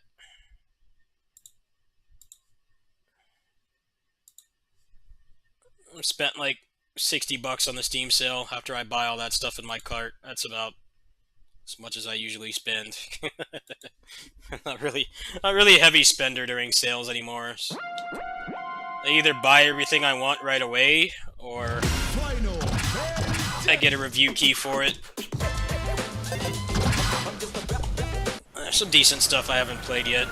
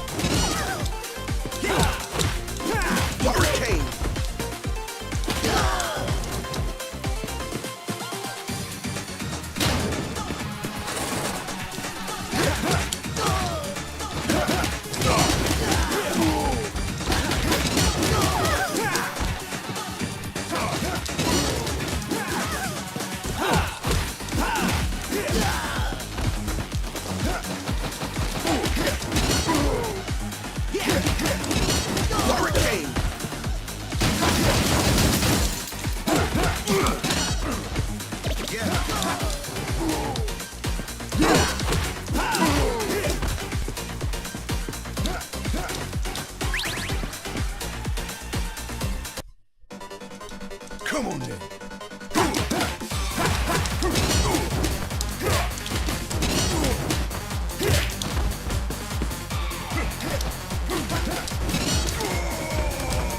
Hurricane.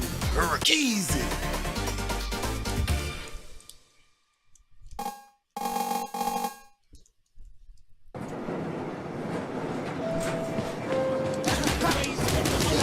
On the ground. On the ground.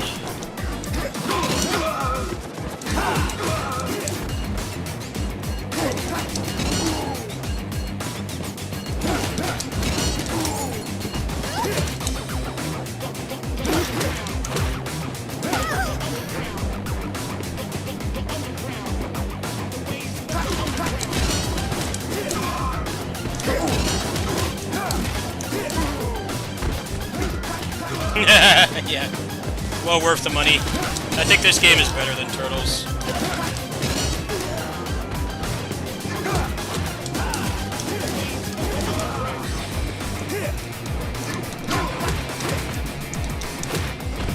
Although Turtles is definitely going for a more casual audience.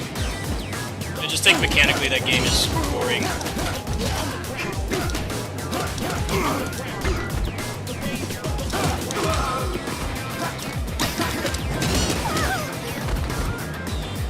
Game's selling a lot of copies though, so probably really fix it there. The way it is now, I play it casually. I like this game much more.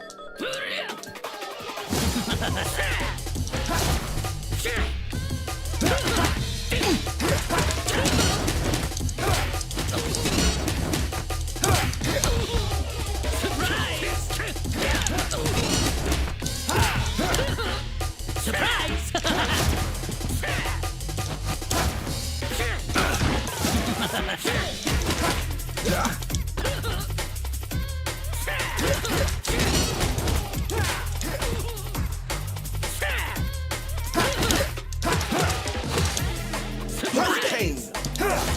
Hurricane! Let's go!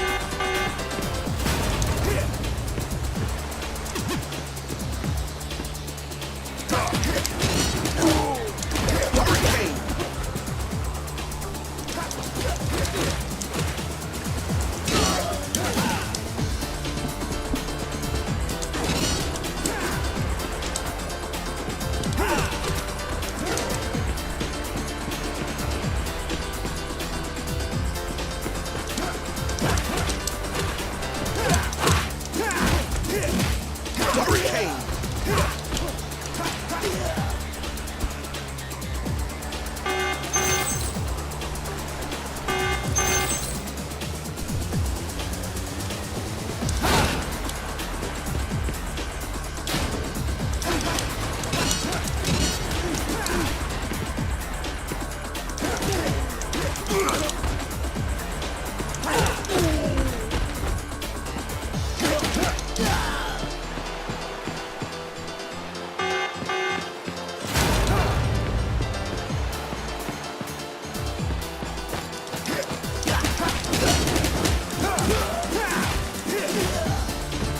To be the man, you gotta beat the man!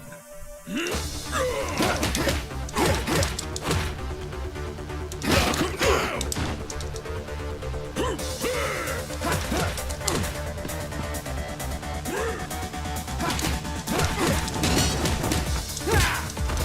Fuck.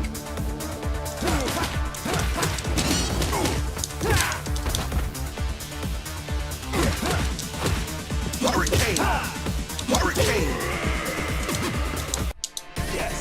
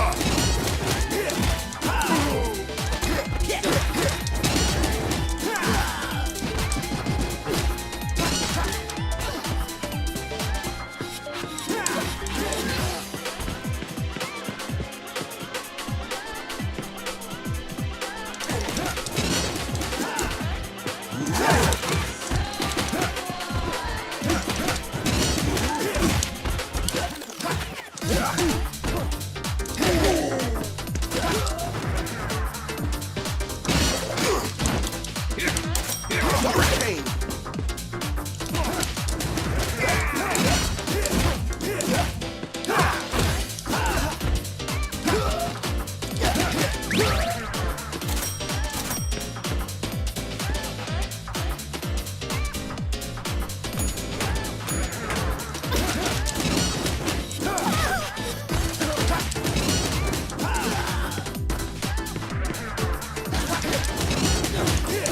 Hurricane.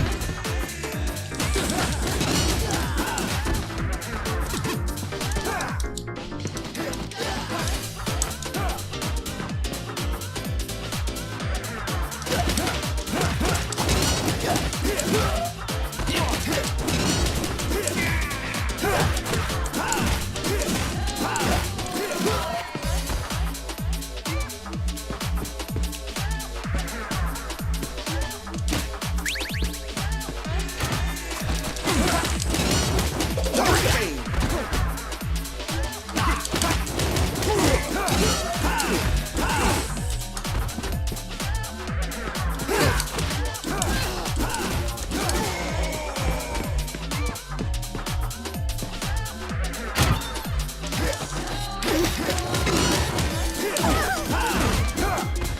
Comic Zone? Dude, I haven't played that game in like 25 years. I wasn't very good at it either. I didn't have a Genesis. I was a Nintendo kid. I was a Nintendo kid until the Dreamcast. I played that game on the PC port. There was a Windows 95 port of that game that a lot of people don't know about.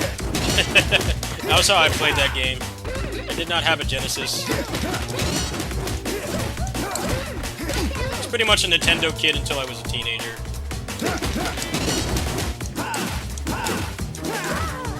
I did beat that game though, a long time ago. I made this one easy.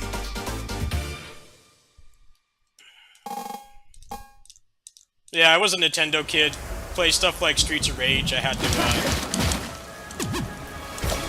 to go to friends' houses.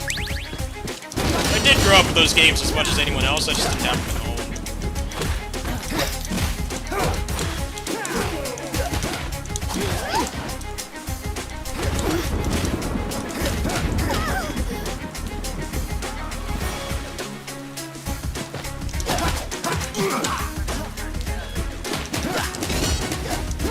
Hurricane.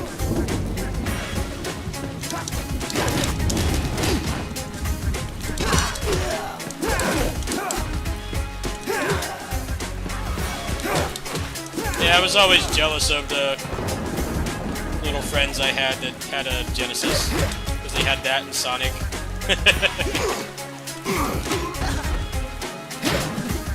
I had a Dreamcast at launch. That was like my first non-Nintendo console. My aunt had a Game Gear, but we didn't use it much.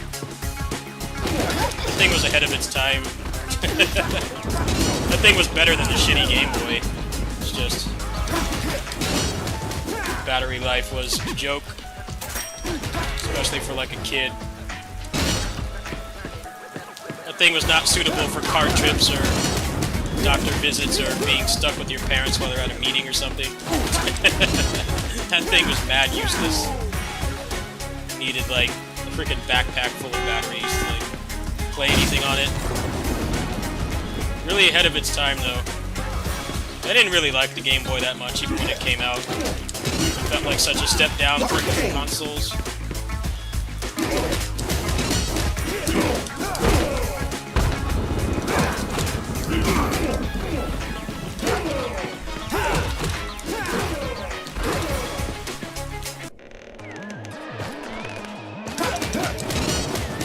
Remember the Sega Nomad? Portable Genesis on the go? You just dump the cart in there? I knew somebody who had that, I was so jealous, but then I heard it had a battery life of like 2 minutes, so...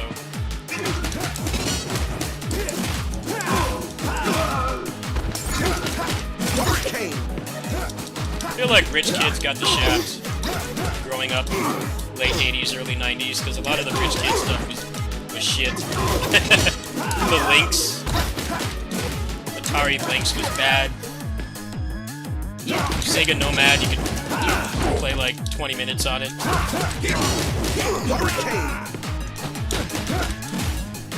The best stuff really was just what normal working class families had. The rich kids had the worst stuff.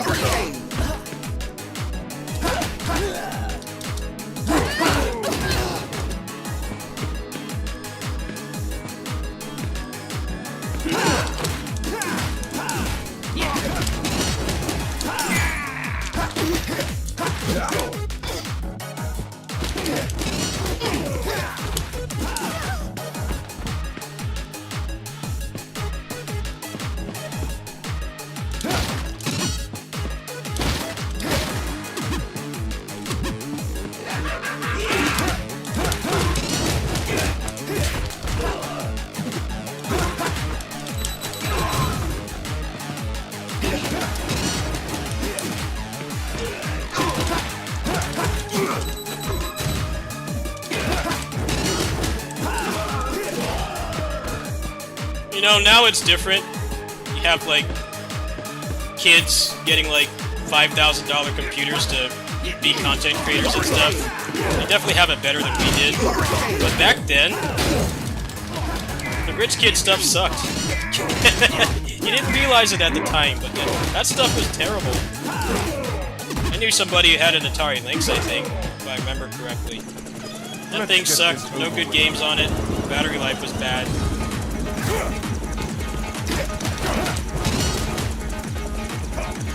Big problem with a lot of the Nintendo competitors was that they had shit games.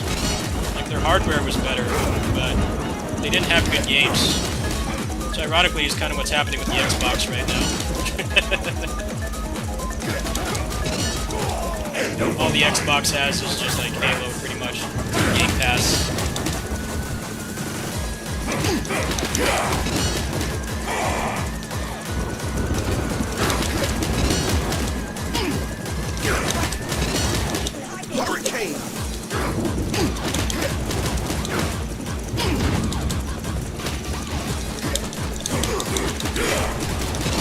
Hey, deathless run. Nice.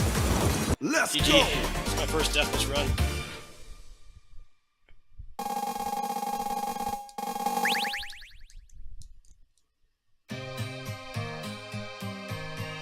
Sega definitely had better stuff than Nintendo. Well, the Genesis had a better processor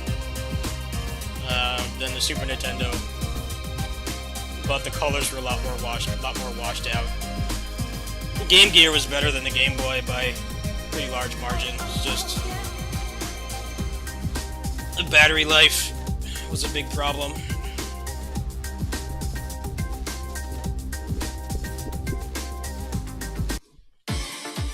Yeah, I knew somebody who had a... I think I knew somebody who had a Jaguar.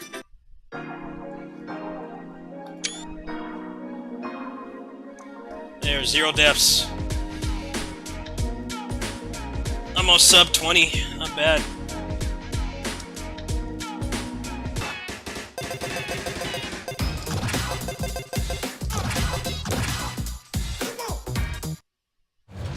I knew somebody who had a Sega CD as well. That was a meme console. But now it definitely is different. The rich kids have it better than we did. They have like $5,000 computers that they're like trust fund kids or whatever. But back then, yeah, that stuff was a rich kid trap. It really was.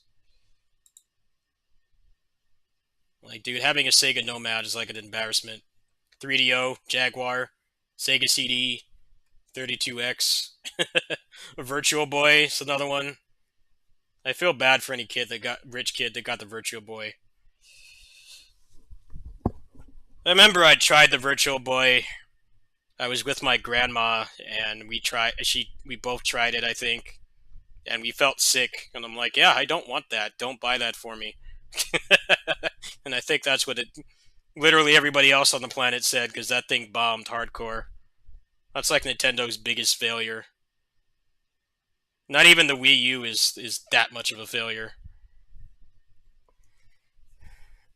The Wii U had good games, it's just it came out in a really weird spot where like the other consoles were already on their way out, but theirs came out really late, and like nobody really wanted to make games for it.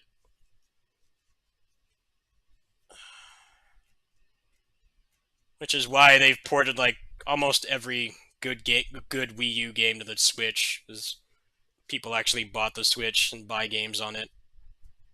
And no, the Virtual Boy was way worse. There weren't even any good games on it. It's like it was sickening to play.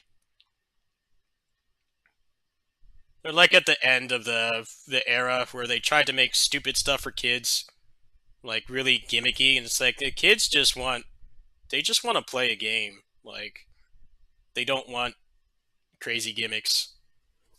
I had the Super Scope as well. I had that, but I was too short for it, so my mom returned it. And like the Super Scope was kind of a rich kid trap as well. And only had like 10 games for it. That thing is the epitome of your parents get it for you for Christmas, and you play it like one summer vacation and then never again. The Super Scope was kind of a rich kid trap too. It was like you wouldn't buy those games if you didn't have a Super Scope. It was pointless to play without it. But they only made a couple games for it.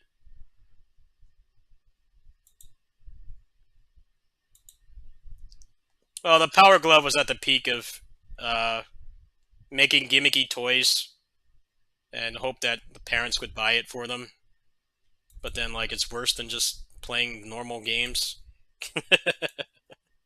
The 80s was ripe with that stuff. The 90s, it kind of died down a little bit, but there was still stuff like the Super Scope, the Sega Activator. That thing was a piece of shit too. That was like this big ring thing, and you were supposed to like punch and kick in it to do things in the game. But of course, it's way worse than just using a controller. I didn't know anybody unlucky enough to have that. I don't remember anybody actually having that. But even as a kid, I looked at that. I'm like, that looks way worse. That looks way worse than using the controller. The other problem with it too is how much space it took up. Like, most parents aren't going to want this big virtual fighting ring thing in their room, their living room. I mean, back then you had to fight to use the TV to play video games in the first place. Unless your parents gave you your own CRT. Like, no parent's going to want to buy that. Come on now.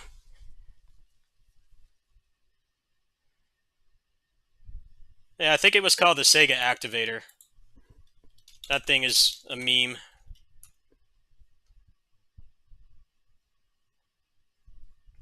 Yeah, it's called the Sega Activator.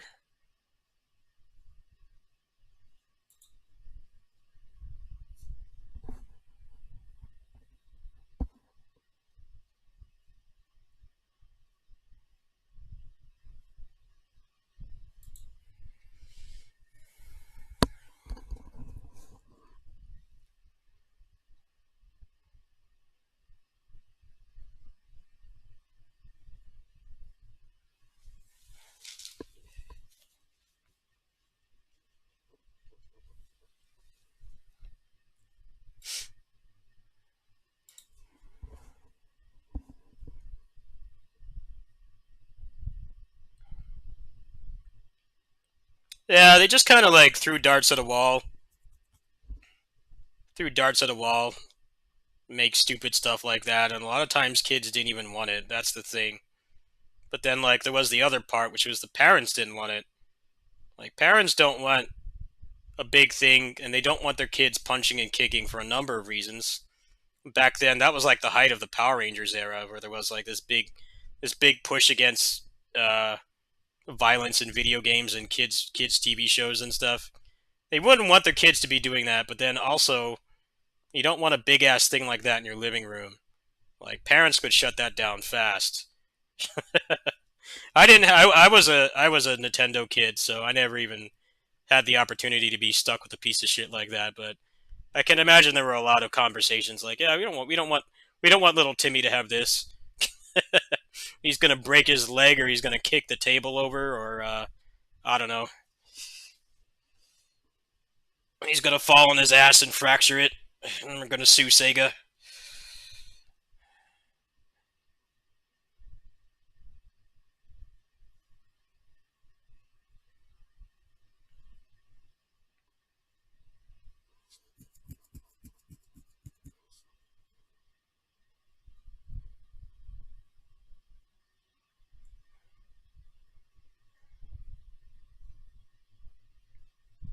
Yeah, that was the original throwing a Wii remote into the TV and breaking it. Like the kids would get the Wii and then throw the remote and like break stuff. I don't think I ever. I remember seeing an activator like once, but even as a kid, I was smart enough to know like that looks worse than using the controller. Way worse. Now they don't really try to do that anymore. I think they know kids these days are smart enough to know like all you really need is something to play the game on and a controller. You don't need anything else. Headphones maybe. But back then they tried to just come up with the stupidest ideas and hope that the parents and kids would be on board with it. A Super Scope was pretty cool for what it was, but it had the problem of being a gimmick peripheral where it's like the games that it came with. Those games are pretty fun, like Metal Combat and stuff. They weren't bad games. It's just you couldn't use it with anything else. So not only did you have to beg your parents to buy that, you had to beg them to buy a specific game, and like parents don't know what the fuck the games are. Like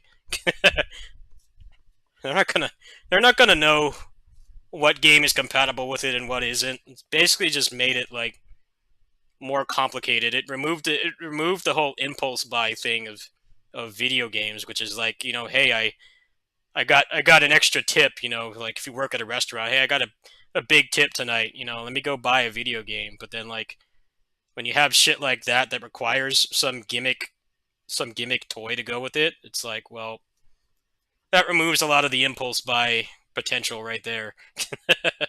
I'm sure that happened a lot back then.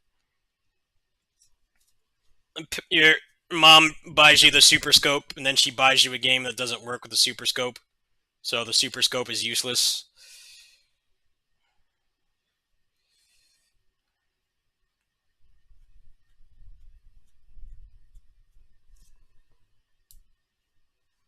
I mean, that's how they get so much money out of Steam sales. People see like 75% off, and they buy it, but then like they're not even interested in the game, and they don't have time to play it, but they buy it anyway. That's what's kind of weird about that era of gaming. Just they tried to make so many stupid gimmicks, and it's like people don't want to put that much thought into buying a video game. It's always been that way. It's mostly just they just want the game to just turn on and work. Buy it for cheap and play it. If you don't like it, it's not that big of a deal.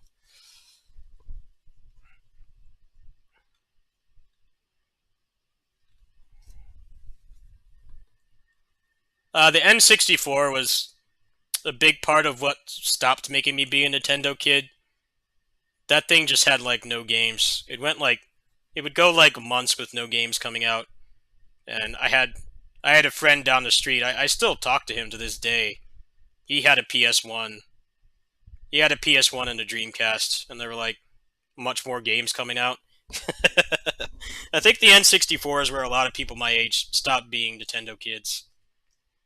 There were amazing games on there, but you can pretty much count them on on your fingers and toes. Everything else was shit. A lot of games didn't come to it, or they got worse ports. You'd go months without anything to play until like Rare or Nintendo put something out. Everything else was mostly garbage. They made it really big. They really fucked up trying to go with cartridges. I think that's what killed the N64 the most. The cartridges were crazy expensive to make, and then they had less storage space than a CD. So if somebody wanted to put like a big game like Final Fantasy VII on there, they had to do a ton of work to get it to run. And it's like wasn't worth it. Final Fantasy VII was supposed to be on the N64. I think that's actually why it didn't happen. Because they couldn't find a way to put like 3 discs worth of data on a cartridge. It just wasn't possible. It probably would have changed things quite a bit. You can find like screenshots of it, I think, or like magazine articles talking about it back then. But the cartridge space really screwed over their third-party support. It took them a long time to recover. I think the N64 really fucked up things until the Wii, pretty much.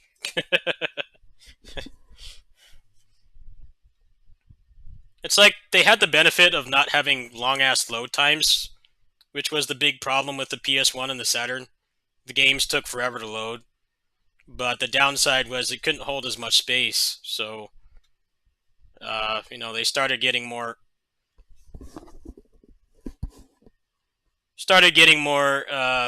ambitious with game dev and stuff, and the cartridge just couldn't cut it. Having an N64 only was real suffering back then. There's so many times I just keep playing the same games over and over because there's nothing coming out. N64 only has like under 400 games, I think. And when you take out all the useless stuff like the sports games, there's even less.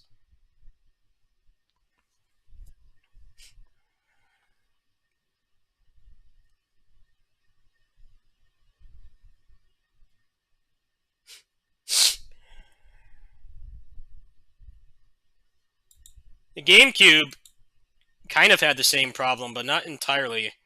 The GameCube disc could hold less than a DVD. I think it was actually more powerful than the GameCube in some ways. The main problem was the controller was shit. The controller made it really hard for them to port games to the GameCube, even though GameCube actually had the best version of a lot of multi-platform games. I can think of one right now. I know the GameCube version of Mega Man X Command Mission is better than PS2. It had like the best multi-plat ports, but the controller ruined it because the controller was only good for games it was specifically designed for, like Mario and Smash. I hated the controller on the GameCube. I had a GameCube. I had a GameCube and a PS2, and I pretty much just bought multi-plat games on the PS2 because the GameCube controller sucked for those kinds of games. It's really awkward. I don't know what they were thinking with that. They're like, oh, you use the A button the most. So it's like, well, yeah, what about the games that you guys don't make? Like, they played like shit on there. That controller's... I feel like people get caught in nostalgia when they think of the GameCube controller. It's like, yeah, if you only played Melee and like Mario Sunshine, it was fine. But like, if you weren't lucky enough to have 2 consoles, that controller sucked to play anything on. It was a stupid gimmick. It just happened to work for like the most popular killer app on the console, which was Melee. I think people have selective memory. They don't remember how bad it was to play anything on there that was not like made by Nintendo. It was a weird time because like the GameCube versions of multi-plat games generally was the best. It was better than the PS2 version, but you had to put up with that shit controller, so it kind of canceled each other out, in my opinion. Remember trying to play like Tony Hawk and stuff on that controller? Shit was suffering. I've never seen the Hori GameCube controller. Let me look that up right now.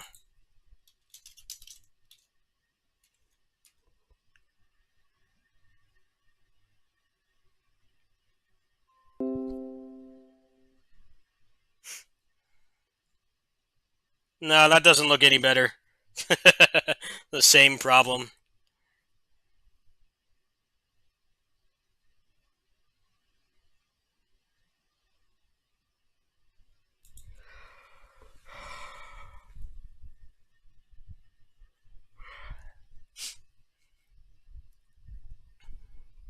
The Wii was also the same way too. The Wii remote was good for like certain games.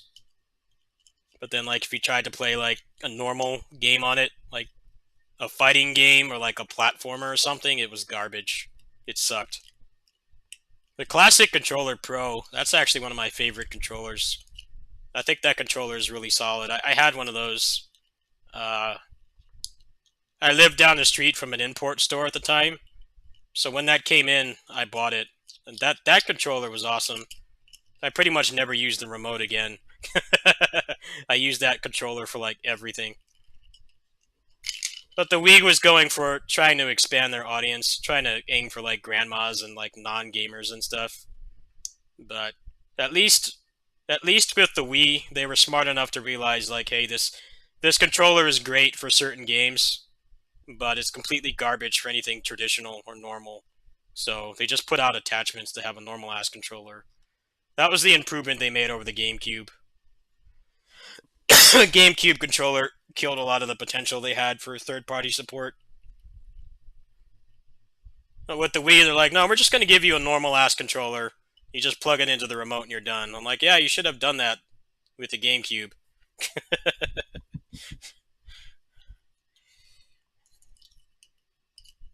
Once I got that Classic Controller Pro, I never used the remote again for anything.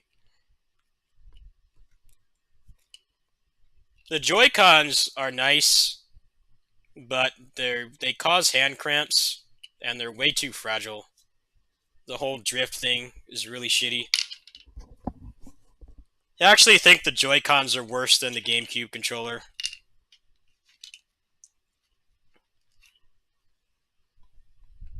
I actually think the Joy-Cons are the worst controller they've ever put out, and I've been around for the majority of Nintendo's lifespan. The Joy-Cons they're not ergonomic, the buttons are too small, they're too fragile, they break way too easily. They're just not comfortable. The GameCube controller was shit for anything that wasn't like Smash or Mario, but that thing could take a beating. You know, the only time you ever really needed to buy another GameCube controller is if you like were fucking throwing it against the wall in rage, or you played like 8 billion hours of Smash and you fucked up the analog stick. Like two pretty extreme scenarios. Yeah, the Joy-Cons are the worst controller they've ever put out, in my opinion.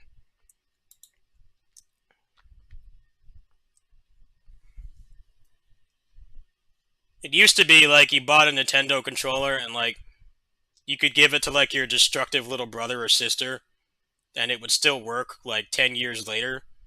But then like the Joy-Cons, just like normal like adult amount of game playing daily, like 1 to 3 hours tops, those things will give out on you in a few months. And as somebody who grew up with the original Nintendo, I have a hard time grasping that. But I've had left Joy-Cons give out on me, but then like 2 or 3 months they start drifting.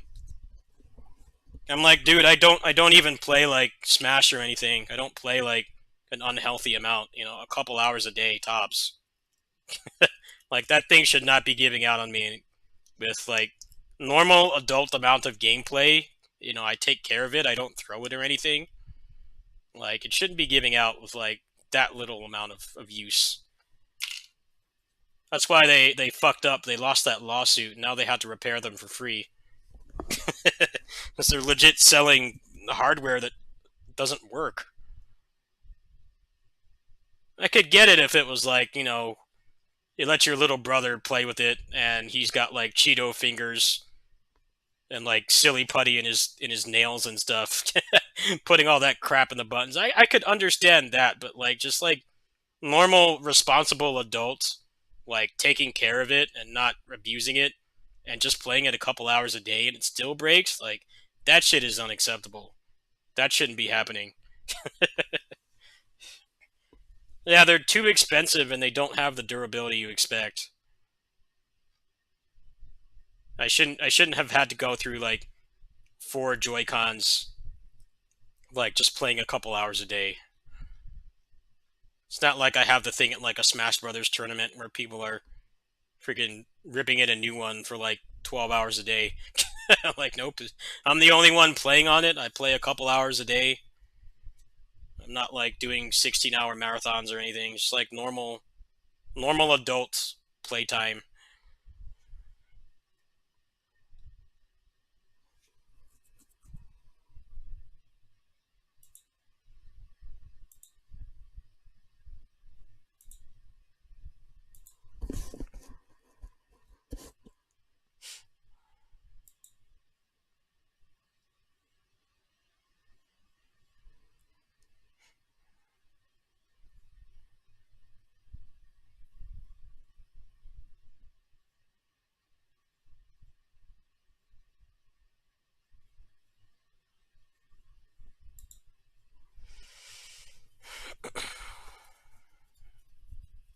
I think the PS4 controller is shitty too.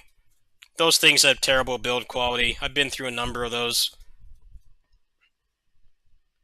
Oh yeah, thanks. I'm gonna go ahead and sign off now. It's getting late. I'm gonna take a break from Fire Emblem for a little bit. We'll try more of it later. I'll probably play some DnF Duel and Fire Emblem. But I'm gonna go ahead and hop off. Today was my day off, so I didn't want to grind too hard. But I'll be back to normal. Probably stream in the afternoon.